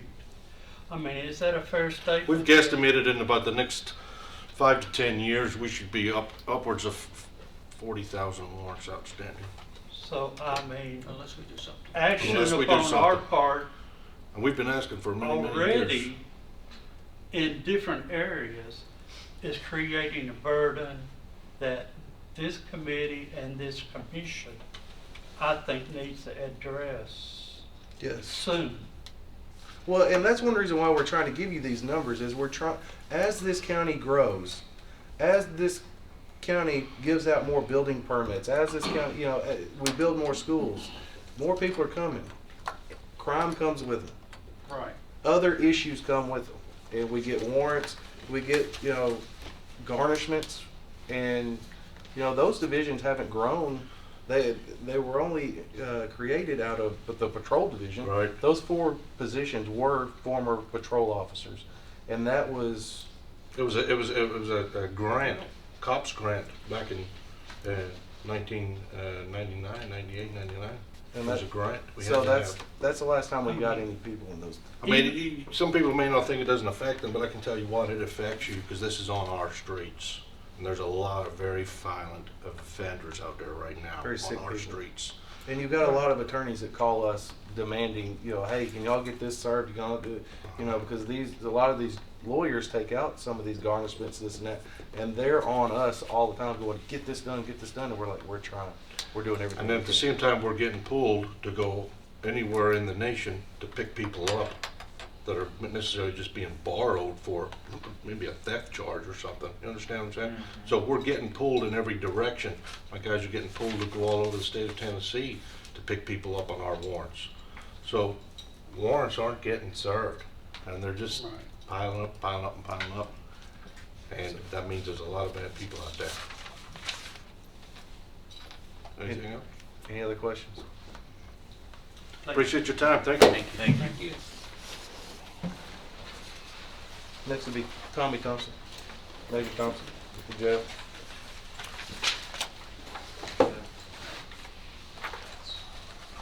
Here you go. There's that photo there.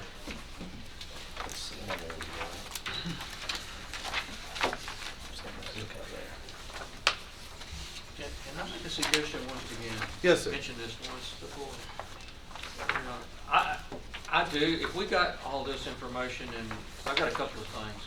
One is, if we got this information in email, put it sent to our email, I do go in and look at my email, and I do read it, and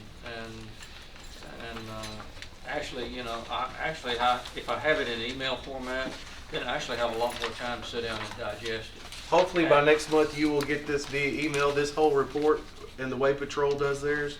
Every division will have it, and we'll send it to you Friday before. And maybe you were alluding to it, but if not, another suggestion is to get some of this type of information into a PowerPoint and get it to channel 19. You're saying yes, and get it to channel 19 so that the public That's what we're can working also on. see it, because I agree the public needs to see it. And Hopefully by next month, this PowerPoint will be like a slideshow, and we'll, as we go through it on our iPads here, they'll be able to do the same slide motion on channel 19 to show the public. That's where we're going. Okay, I'll go through it really quickly. This is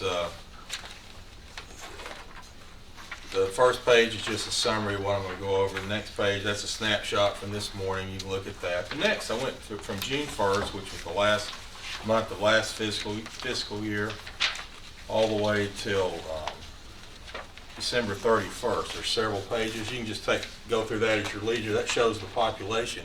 If you look at it, you'll notice the population increases, and our average daily is over in the thousands when you get into October.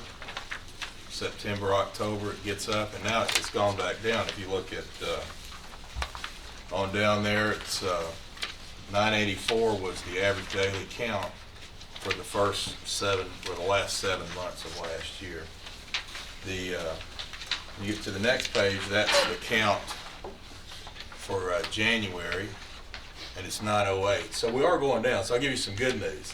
Our prisoner count is going down, which is good. There's several reasons for that. One is obviously the RORing, releasing Roman Connors of probation violation arrests has helped. The state opened up a new prison up in Trousdale County. We're starting to see inmates heading out there. There's a woman's prison opening in West Tennessee sometime this year, which should relieve our women's population. It's not ready yet, but they've converted one over. So the count is going down, and obviously there's some other things. The Veterans Court that started, the drug court, things like that seem to be helping. If you look at the next page, this is our budget numbers for this fiscal year, and it's fairly self-explanatory. The last time I was here, the average cost per prisoner meal was $1.36. When I calculated here, it was $1.41. I'm gonna go back and try to figure out what the difference is. You know, nickel a meal, when you're dealing with all these meals, adds up. So I'm gonna see if I can figure out why it went up just a little bit. The date, April 1st is what I calculate at this spending rate is when we would run out. Now that's if the prisoner average stays the same. Obviously, it should stretch out a little bit farther because our count's down a little bit. Or if we do a warrants roundup and we bring a lot Right, of people to exactly. jail. Right. And then, so I estimated about $390,000 at this current pace, but like I said, our pace is going down a little bit. Good news is food prep costs went down from 14 to 13 cents a piece, so that's good. I don't know why that is either, but that seems to be what it shows. And then it shows you the average prisoner count there at the bottom. And then the next page, you know, we talked about the cross trainers, the deputies from detention that are hauling prisoners. You can look at that when you get time. And then finally, I know the sheriff had mentioned about detention's a good starting place for folks that are looking in law enforcement. I don't have this in your handout, but right now we actually have over the next few weeks, as we have some folks that are leaving, we'll have about 10 openings in detention. We're going to fill 3 of those next month. We're interviewing this week and hope to fill the rest of them in March. So, and some of the reasons the folks are leaving are good. We've had several officers going to other agencies, somebody going to Highway Patrol, somebody going to Franklin PD, somebody going to Vanderbilt PD. So those are good things when we wish, you know, we wish those people Promotions. well. Absolutely. And so that's where we are. We've got probably 2 that are gonna go to our patrol, and we've got several more openings on our patrol, so we may even have a couple more coming that way. And the reason I want to say that, obviously, for our folks that are watching, and certainly for you too, if you know someone interested in law enforcement, it'd be a good time to put in an application with the sheriff's office, because we are going to be interviewing and are hiring, and there's about 140 positions in detention, so it looks like we're going to turn over about 10% here, you know, the next month or 2. So it'd be a good opportunity for someone. So how about the education? Have to be complete high school? Or? Yes, high school education minimum. You have to have a high school education. You have to pass a drug screen, a psychological evaluation, a physical. You have to pass a background investigation as well. And then we have a training period of about 8 or 9 weeks. Part of that is Tennessee Correctional Institute classroom training. The rest of it is on-the-job training. Have to be 21 too, I believe, don't you? No, you'd be 18 okay. years old. All right. So I mean, and if you think about how long it's going to take when we do hire these people, it'll still take, you know, 12 weeks before we get them out of training from the time we hire them before they're off by themselves and fully functioning. Right. So I mean, we're always just like every other, the workhouse, juvenile, every other sheriff's office in the state of Tennessee when it comes to corrections. You have a turnover rate because they're trying to go different places, but you also have to think about that turnover rate when it comes to filling in your manpower. And then we have overtime just like everybody else because of shorthanded. Because this jail, if you know and remember in the past, I brought you the numbers, we're technically 43 by positions that the county's never staffed. So we're always behind as it is, and we're just always playing catch up. Thank you, sir. Sure. Any more questions? Major Golf with the SRO division.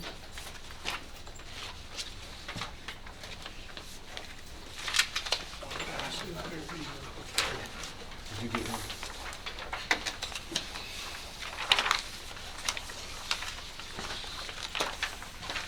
That's the year-end statistics that I'm handing out now. I'm going to go through December briefly. It was a short month for us, so I'll be brief. There was 82 offense reports or petitions, 4 felony arrests, 24 misdemeanor arrests, 6 drug arrests, 14 trespassing, issued, and we had 250 advisory sessions with students and law enforcement for the month. And we had 439 classroom lectures. We attended 209 special events. We had 22 referrals to other agencies. And we attended 174 extracurricular activities, practice. We taught 32 hours of in-service. We confiscated no weapons. We recovered 1,800. Mitch, I have a question on that. It shows 2 in the total for weapons confiscated. Am I That's for missing the something? year. For the year, okay. That's for the year. Yeah. Both of them was He's nines. reading you the monthly. Okay, He didn't- gotcha. I look, thank you, Yeah. Sheriff, because that was throwing me for a second. And we recovered $952 worth of stolen property. We recovered no guns in schools this year. So far this I year, mean, we have. well, the last yeah, year in the yeah, 2015. yeah. Well, there was 2. It's on this. Two I thought nines. you said Two those were nines. nines. That was, okay. In 2015. No guns in schools in 2015. Right. Thank you for your support. Thank you. Any other questions? All right. Next will be Major Agon Grissom. While he's on his way up here, I'm gonna pass out something real quick. I'll take one and pass it around.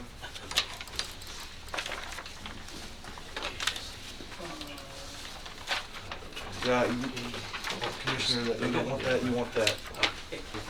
Yeah.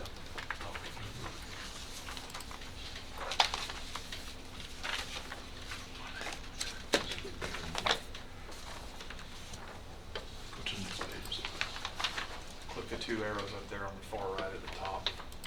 And then it should space itself out.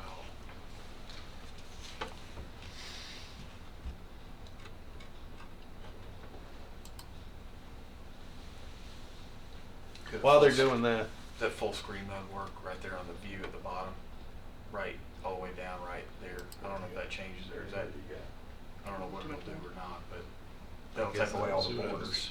Click to the next page and see how it looks. yeah. Because they have it on their iPads. Looks like that. Yes.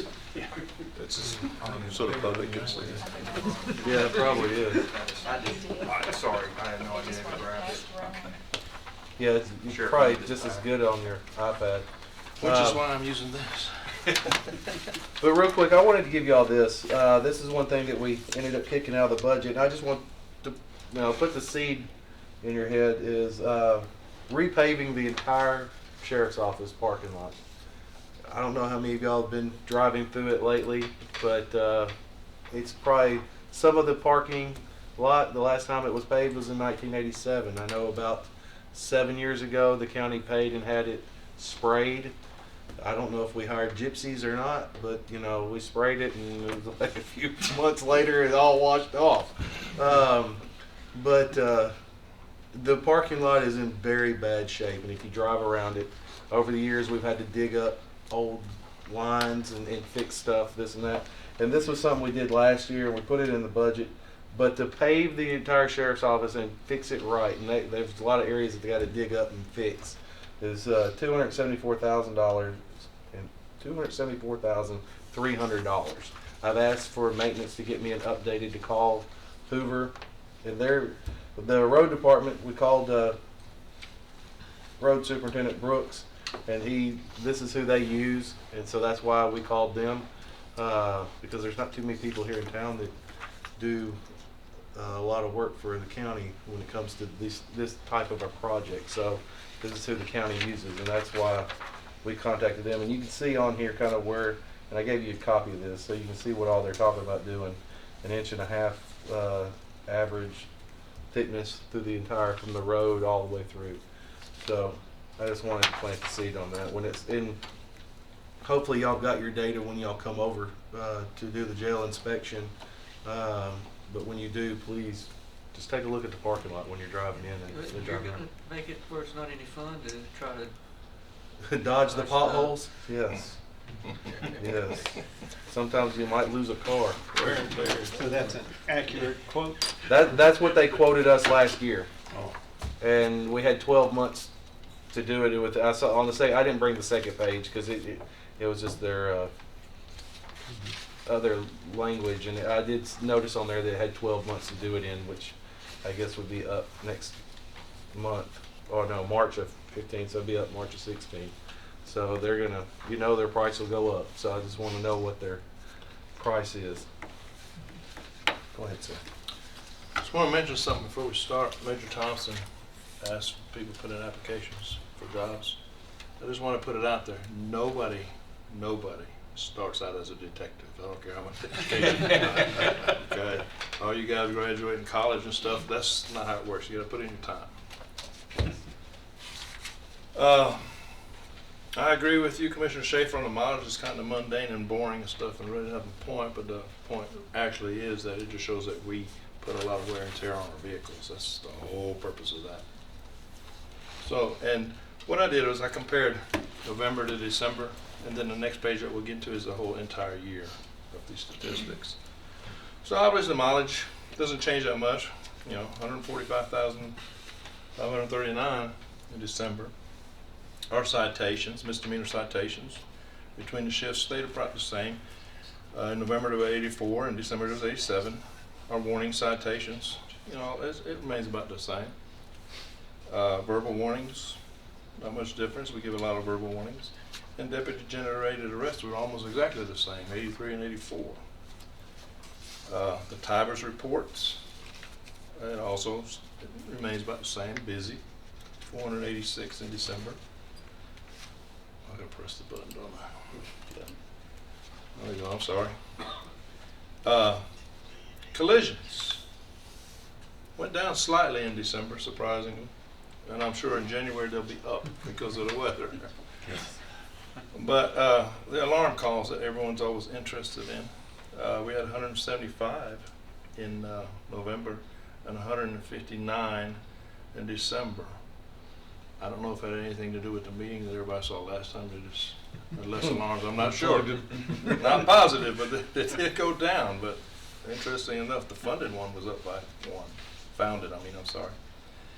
Emergency committals slightly up from November. 101 of them in December. Our ambulance assists are up by a few. 306 times we assisted ambulance services. And out-of-zone calls actually went down slightly. Emergency committals, is that to the hospital? That is to those 8 different facilities that we go to, whether it be Memphis, Knoxville, Nashville, or local. For mental health reasons. Yes. Where they say they need to get mentally evaluated. We take them to the hospital initially, doctors evaluate them, and then they find beds for them in different places, and then they tell us where to go with the proper paperwork, if they go. And it's one of those statutory duties that I can't get out of.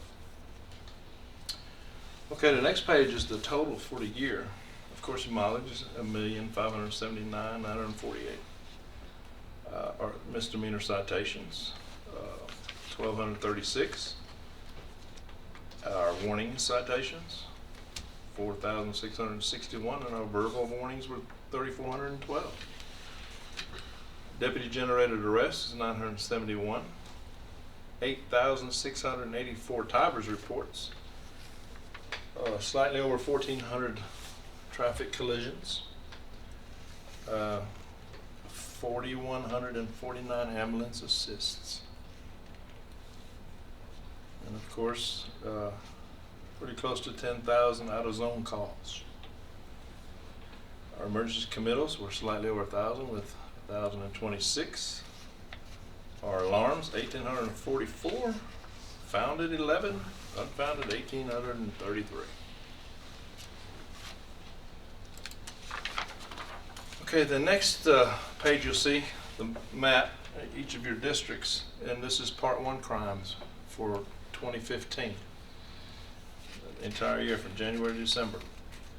Mostly, as you can see, they're made out of blue dots. It was either going to be burglary to autos or larceny thefts. And you can see in the legend there on the left what the numbers are for those. Larceny 533, burglary to auto 307. So those are your biggest numbers there. And you can kind of gauge your zones where a lot of it's happening. It's kind of hard to, you guys can zoom in it on the iPad. I can't really zoom in on this piece of paper. So if you're interested where, you know where your zones are, or your districts are, I'm sorry.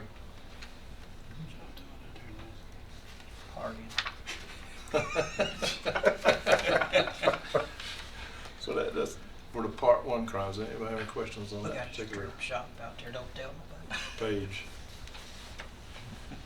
Of course, your part 1 crimes are your serious crime, your aggravated assaults, your arsons. Your district looks like burglary. one thing that we worked. Yeah, no, because that one's Your on, murderers. looks like it's on the other side of Stones River down there, so it's not mine anymore. Uh-oh. Well, I even told them that. I said, it looks like we had one thing for Commissioner Schaefer. But Yeah, but, well, Yeah, the we sheriff- looked at it. The city's definitely got. City's something. got plenty for you, oh, yeah, right? the city's got you plenty of information. So that's your most serious crimes are there, your part 1 crimes. Crimes against the persons is the next page. Of course, aggravated assaults, very high. Forcible rapes, 22 of them. Of course, that one big red dot is where we had the homicide. And of course, you have robberies.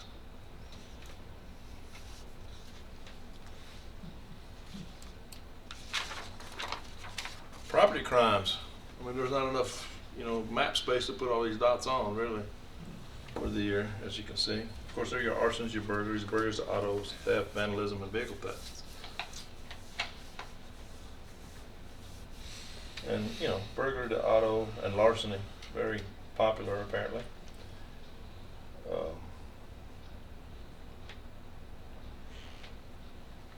Those are high numbers. Any questions on that so far?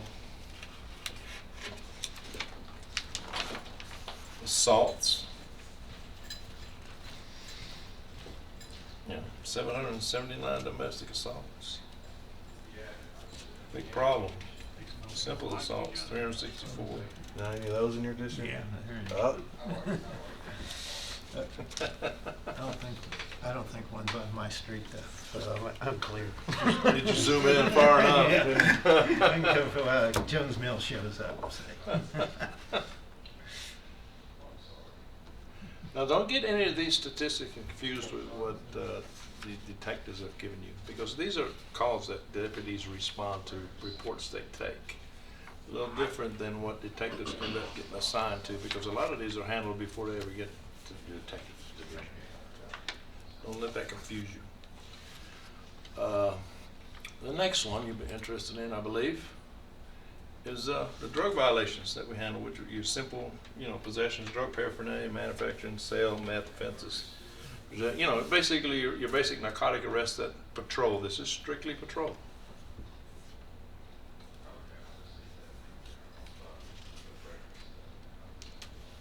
Hopefully next month we'll be starting come January with our narcotics division, showing you where they make their arrests, which I think will be, really surprised, because there'll be quite a bit out in the county over the year, but there'll be a lot inside Laverne, Smyrna, and Murfreesboro. Yeah.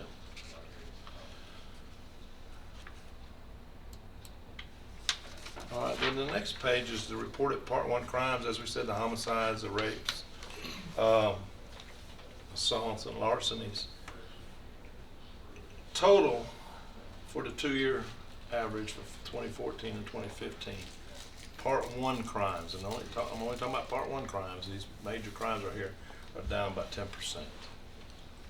Does that mean we can cut your budget by 10%? No. No. I'm not. We want to stay with the whole Social Security thing. Look at all the thefts that are going down the next page, and the domestics and all that stuff. Obviously, some of the numbers, if you only have one of something and then you have two or three next time, that, you know, the percentage rate goes way up. So the numbers are a little weird in that regard sometimes. But you actually, even though you see all those dots all over the map, you know, actually burglary is actually down in 2 years about 30%. Motor vehicle theft down 16%. Any questions about that particular page? All right. Next page are the other reported crimes where you're talking about your vandalisms, your frauds, weapons violations, drunk driving, domestics, and so on, drug violations. You can see, you know, most of those are actually up. Some are down. It's actually up by 1.8% according to statistics here overall. One thing to really look at though is the drunk driving. With us partnering with the Governor's Highway Safety Office and us really being out there and focusing on drinking and driving is something that we, the Sheriff's Office, really never did before I took office. I mean, if you was in your zone and you ran across it, but we never spent actual overtime and focused on drinking and driving, going after that. You can see that, you know, those DUI arrests are up 15.8%. And I think you've also got something later on and hear about our crashes that are down. So, You know, our visibility and our efforts to combat DUIs, of course, we're catching them more frequently, which makes the number go up. But a lot of people apparently listen, and it prevents it, which makes the crashes down. Well, you can look at it, we get the guys off the road before they crash, hopefully.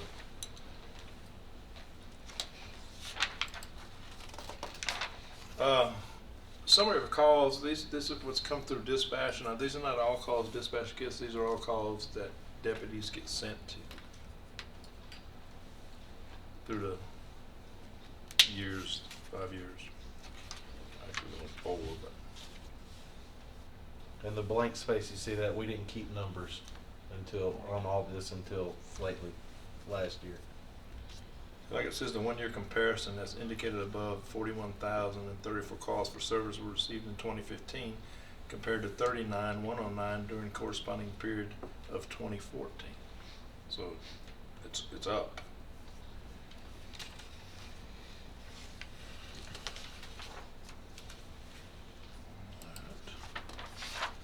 Collisions. RCSO total collisions, that don't mean the sheriff's office crashing, that means what we handled. Okay. From 2014 to 2015 is up by 10%. The alcohol related is down by 24%, alcohol related crashes. Total injuries of these vehicles. Another initiative we have at the sheriff's office with the Governor Highway Safety, we do a lot of safety belt checks out at different areas in the community. Captain Spence does, and so that helps in getting that education out there. So the injuries are down 14%. All agencies total crashes, that's us, Smyrna, Laverne, Murfreesboro, THP, as you can see, is up 12%. But at the same time, the alcohol related ones are down 4%. What do you The think? agency, I'm sorry. Yeah, what do you think is causing it? You think texting and driving is getting to be as big a problem as drinking and driving? I would agree I'd with say that. I'd say Yeah, it's more of a I'd say problem. More of a problem? You And it's a know, lot personally. more, I think it's more in adults than it is in the youth driving. I don't think you can put an age on it.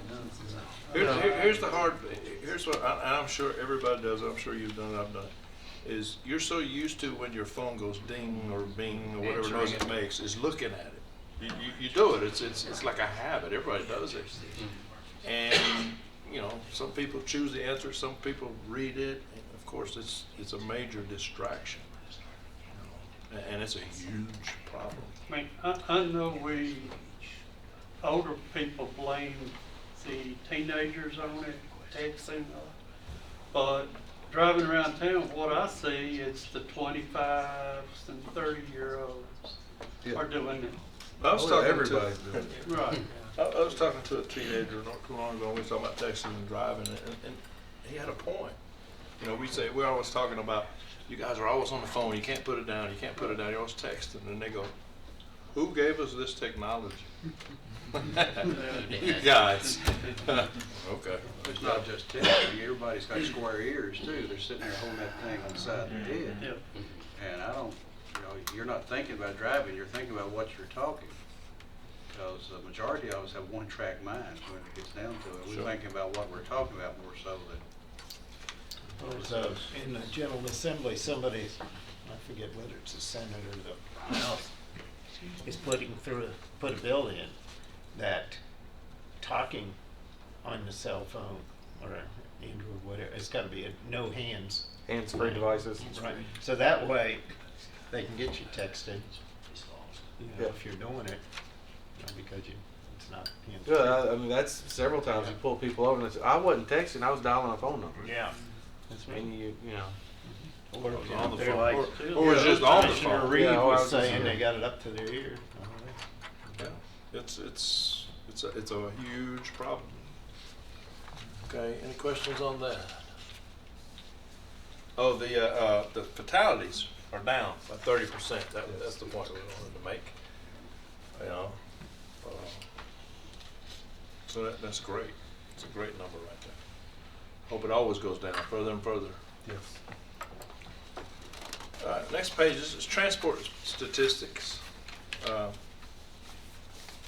To work on these a little bit and make them a little bit clearer. I apologize for that. But basically, what it shows here, transports, you know, they're transporting a whole lot of prisoners to various places, whether it's you know, to court, TDOC, medical appointments, or taking them from court back and forth because of arrests. You know, actually, they did 14,152 and a half. I'm not sure what the half is. I gotta ask that question.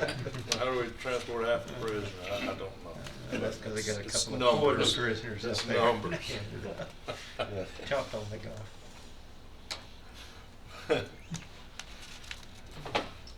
go. Any questions on that right there? We're trying to get them to the state as fast as we can. Yes. And hopefully the state's working with us a little better. We stay busy. You see the vans going back and forth, back and forth, back and forth.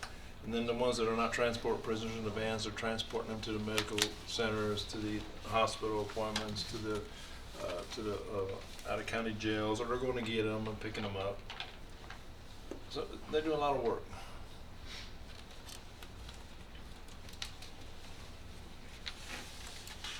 The last page is the courthouse security statistics. And the point I want to make is, look at that top number one people's screen number at the end of the year. 294,128 people go through those front doors of that courthouse in a year. They did in 2015. If you look at the monthly averages, they're all... You got David Lauer? Oh, I ain't touching it.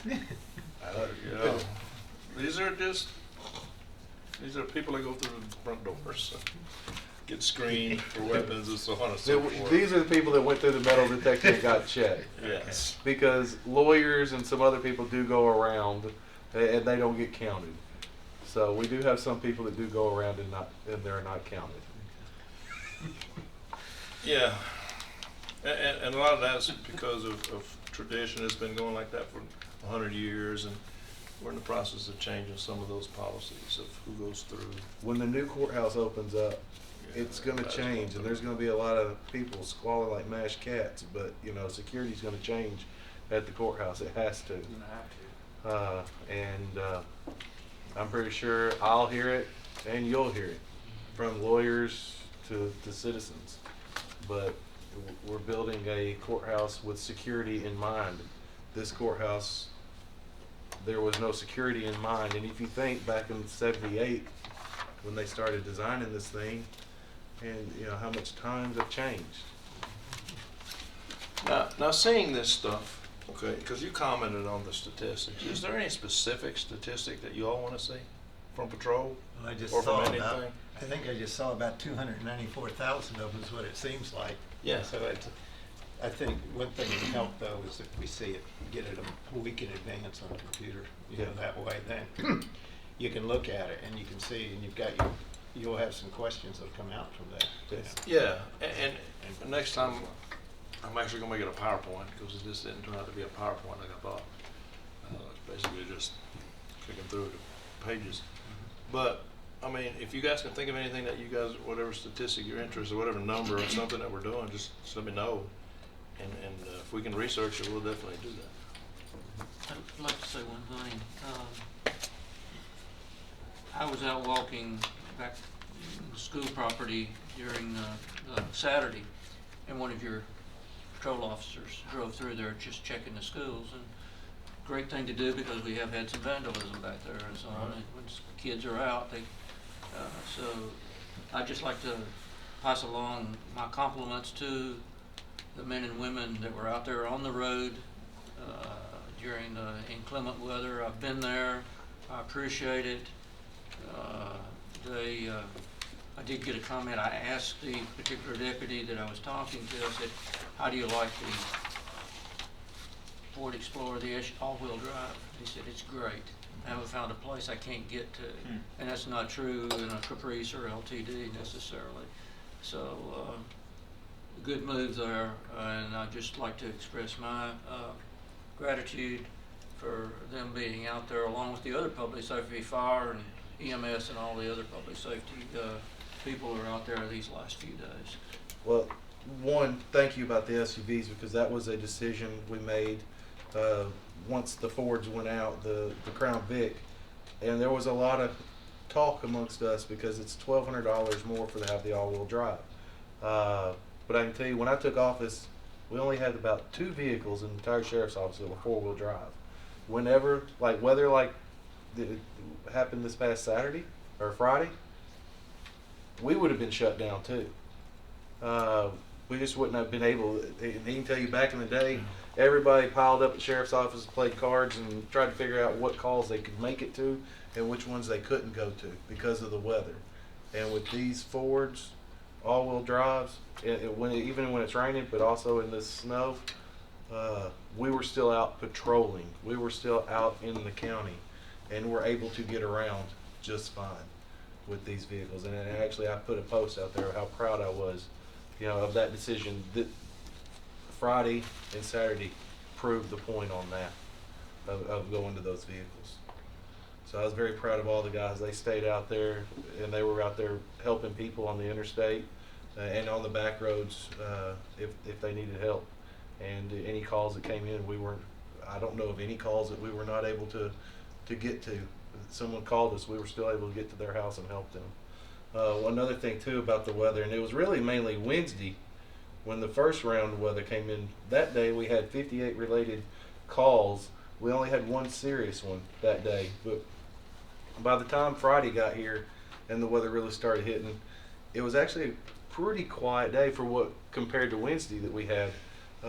People heeded the warnings and they hunkered down, and they stayed hunkered down over the weekend. And we tried to keep everybody as well informed on our Facebook page. I tried to do the same thing on my personal Facebook page, letting people know what was going on. But all of our deputies, SROs came in on Friday, and they were out helping patrol. And we thought we'd have a ton of wrecks like we did Wednesday, and we didn't. But we had just about all hands on deck on Friday. I'm very proud of everybody. So. I could say one thing. The only major road I went on this weekend was Murfreesboro Road, and Murfreesboro Road in Rutherford County was twice as clear as it was in Davidson up to Bell Road. That's how far I went up there. Well, that's why they had 165 crashes up there. It was, and I remembered the icy hills from the past, and we slowed down because our church is up there. But anyhow, it was still icy. Even you got past Highway 96 going out. You got out of the city of Murfreesboro and got out into the county. The roads were clear. a lot better shape, and got in town, they were a little rougher, but, you know, I think our road department did an outstanding job, with the roads. I think everybody did an outstanding job. I mean, it was a record snowfall for all of us who hadn't seen us for a long time. Any other questions from y'all about the sheriff's office? Do y'all know, have y'all decided on when you're gonna come or how you're gonna come? We're gonna talk about it in just a minute, because we weren't doing it justice coming an hour before this meeting, and it just made it hectic. And I'm gonna recommend to them tonight, but we'll see. But it's try schedule them ourselves, but maybe if there's times like during the day that some of us are free or something like that, that we can come out together, then that cuts it down to everybody there, and then we can go through it and truly look at it and see what it is. And not only that, I truly recommend, as Commissioner Reed did, is to attend the Sheriff's Academy. You'd be surprised how much you learn that you thought you knew and you really don't. The next class starts February 23rd. We moved it back a month. We still had a few more slots It's on what, it. 10 weeks, 12 weeks, something like that? I forget. We've changed it now because they lowered the. It's not as many. It's not It was like 4 hours. 15 when I did it. Yeah, I only think now it's 17 weeks, but it's not an hour or how Yeah, long we was cut it? an 3 hour hours? off. It was 3 when I did it. Yeah, it's hour now off 2 hours, so because we've extended it. Yeah. I went for the master degree. I didn't get through. Yes, and there's been some of y'all that have come to a class or two and gone here or there, but really and truly, I highly recommend it to learn about your sheriff's office and learn about what all we do, because that, just like what we're doing up here right now, there's so many moving parts in why we do what we do. 16 weeks, I'm being told, is how long Lisa, she keeps up with me on WGNS and I guess on Channel 19. But you know, there's so many moving parts within the sheriff's office, and so many things that we do. I've tried to get the deputy of the mayor to come out. I'm still begging, and I'm not going to stop begging to come out and take the class and just come learn more about our operation of the sheriff's office. Because I think once you do that, you learn why we do a lot of things.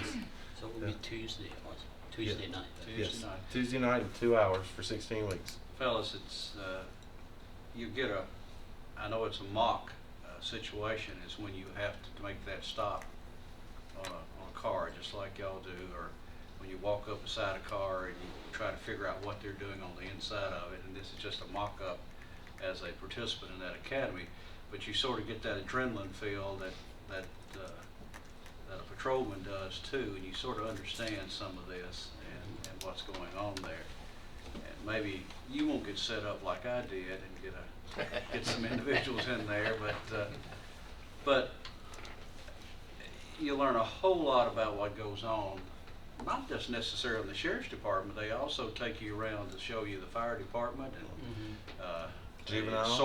the SORT building. I never had been in the SORT building to see what we have in this county and what's available out there that's going on, and it was worth every bit of the time I spent doing it. Now there was a time or two I couldn't get there for other meetings, but still to see what's involved in this and to learn what's involved as far as gangs that are in this county. I mean, many of us live in our own little sweet little homes, and we don't know what else is happening in this county that's out there. And you get an opportunity to see some of these things and what's happening. So it opened my eyes as far as what's involved with our law enforcement. I may go continue with the part that I have left. Now that's a dropout. Well, I say that there's come back. an incentive you can make. You can feed everybody dinner. Well, actually, you do that. You do that one You weekend. have to do that Purpose too. for academy, well, they fed you every week. Well, They got more money. Yeah, they also, well, they got more money, but they also charge you to attend their class. They do. We don't charge anything. Our class is free to. Yeah, I did not know that. I went through it. I went Did to you? Smyrna's. Dude. I mean, they fed you good too, Buster Burgers, I mean, all that stuff. Hey, now, if y'all are willing to put Yeah, I some was gonna stuff say, in our you're budget, voting on the budget. we'll be glad to do I'll that. give you Let's not go $10. I tell you what, they got the best cornbread and beans, I can tell you. Yes. I don't tell you, it's good. Date night, I think is the best night we got. Maybe it closed out February what? 23rd. Starts February 23rd. 23rd. And I don't know when you do that in your schedule, but you have one night that you give the academy a tour of the jail. Yes. And that might be a night you want this crowd to come out. I don't know. I mean, When you can. you're already doing it. Yeah. That's- For y'all, I mean, well, it's not, for y'all, we want to actually show you the jail, Yeah. but we want to show you the entire sheriff's office, the detective division, this and that. We're trying to show you, it's my job to show you some of the stuff that's wrong, so you understand when I put it in my Yeah. budget, Why it's in there. why it's in there. Yeah. And what we're asking for and the needs that we do have. That thing from that PhD that you gave us last month. Yes. You know, it's points out a lot of things to look for out there. And it helps. Yeah. Okay. Well, thank you all. Thank you. Thank you. Thank you. Thank you. Deputy Mayor, you have anything you need to tell us? Not that I can think of. Okay. Well, other business. Anybody have anything? Okay, well, let's talk about going out. If, I don't know, y'all have been on it, most of us have been on when we go out right before the meeting. And it's not really, I don't think that's an official. I'd rather, we make our own arrangements. And I mean, there's lots of us here that can go out during the day now, which is, I think, a lot better. I think I can. you're about the only one. Yeah, I would have to make my own arrangements. But for sure, they would that's have been fine. on a Saturday. Yeah, I can go up for church or whatever works for Yeah. the Y'all sheriff tell or us that and we'll crew. make it happen. Yeah. Okay. They They're can take one of salaried their kids employees. with There you too. go. I That's mean, right. well, how old's your oldest? Kid, she's 9. She's Nine, getting, yeah. well, maybe She you might wait till next year. get to maneuver the wheelchair around, but we could probably make that work. Okay. All right. So why don't we do that? We'll get together ourselves and decide. Try to do it before the February meeting, or you mean just in Yeah, the well, next couple months? Or? Yeah, well, I would say in the next couple of months, but I'd like to get out there. We haven't been out there since last year. Yeah. Just let us know. Okay. Just let us know. We'll make it happen. At least a That'd few be days something ahead. good for Yeah, please give us a couple days. Vice Chairman, you can set one up for us and during the day. 16 with. He lives out that way. Okay? Yeah. Okay, so if there's nothing else, we're adjourned. Okay. Seriously.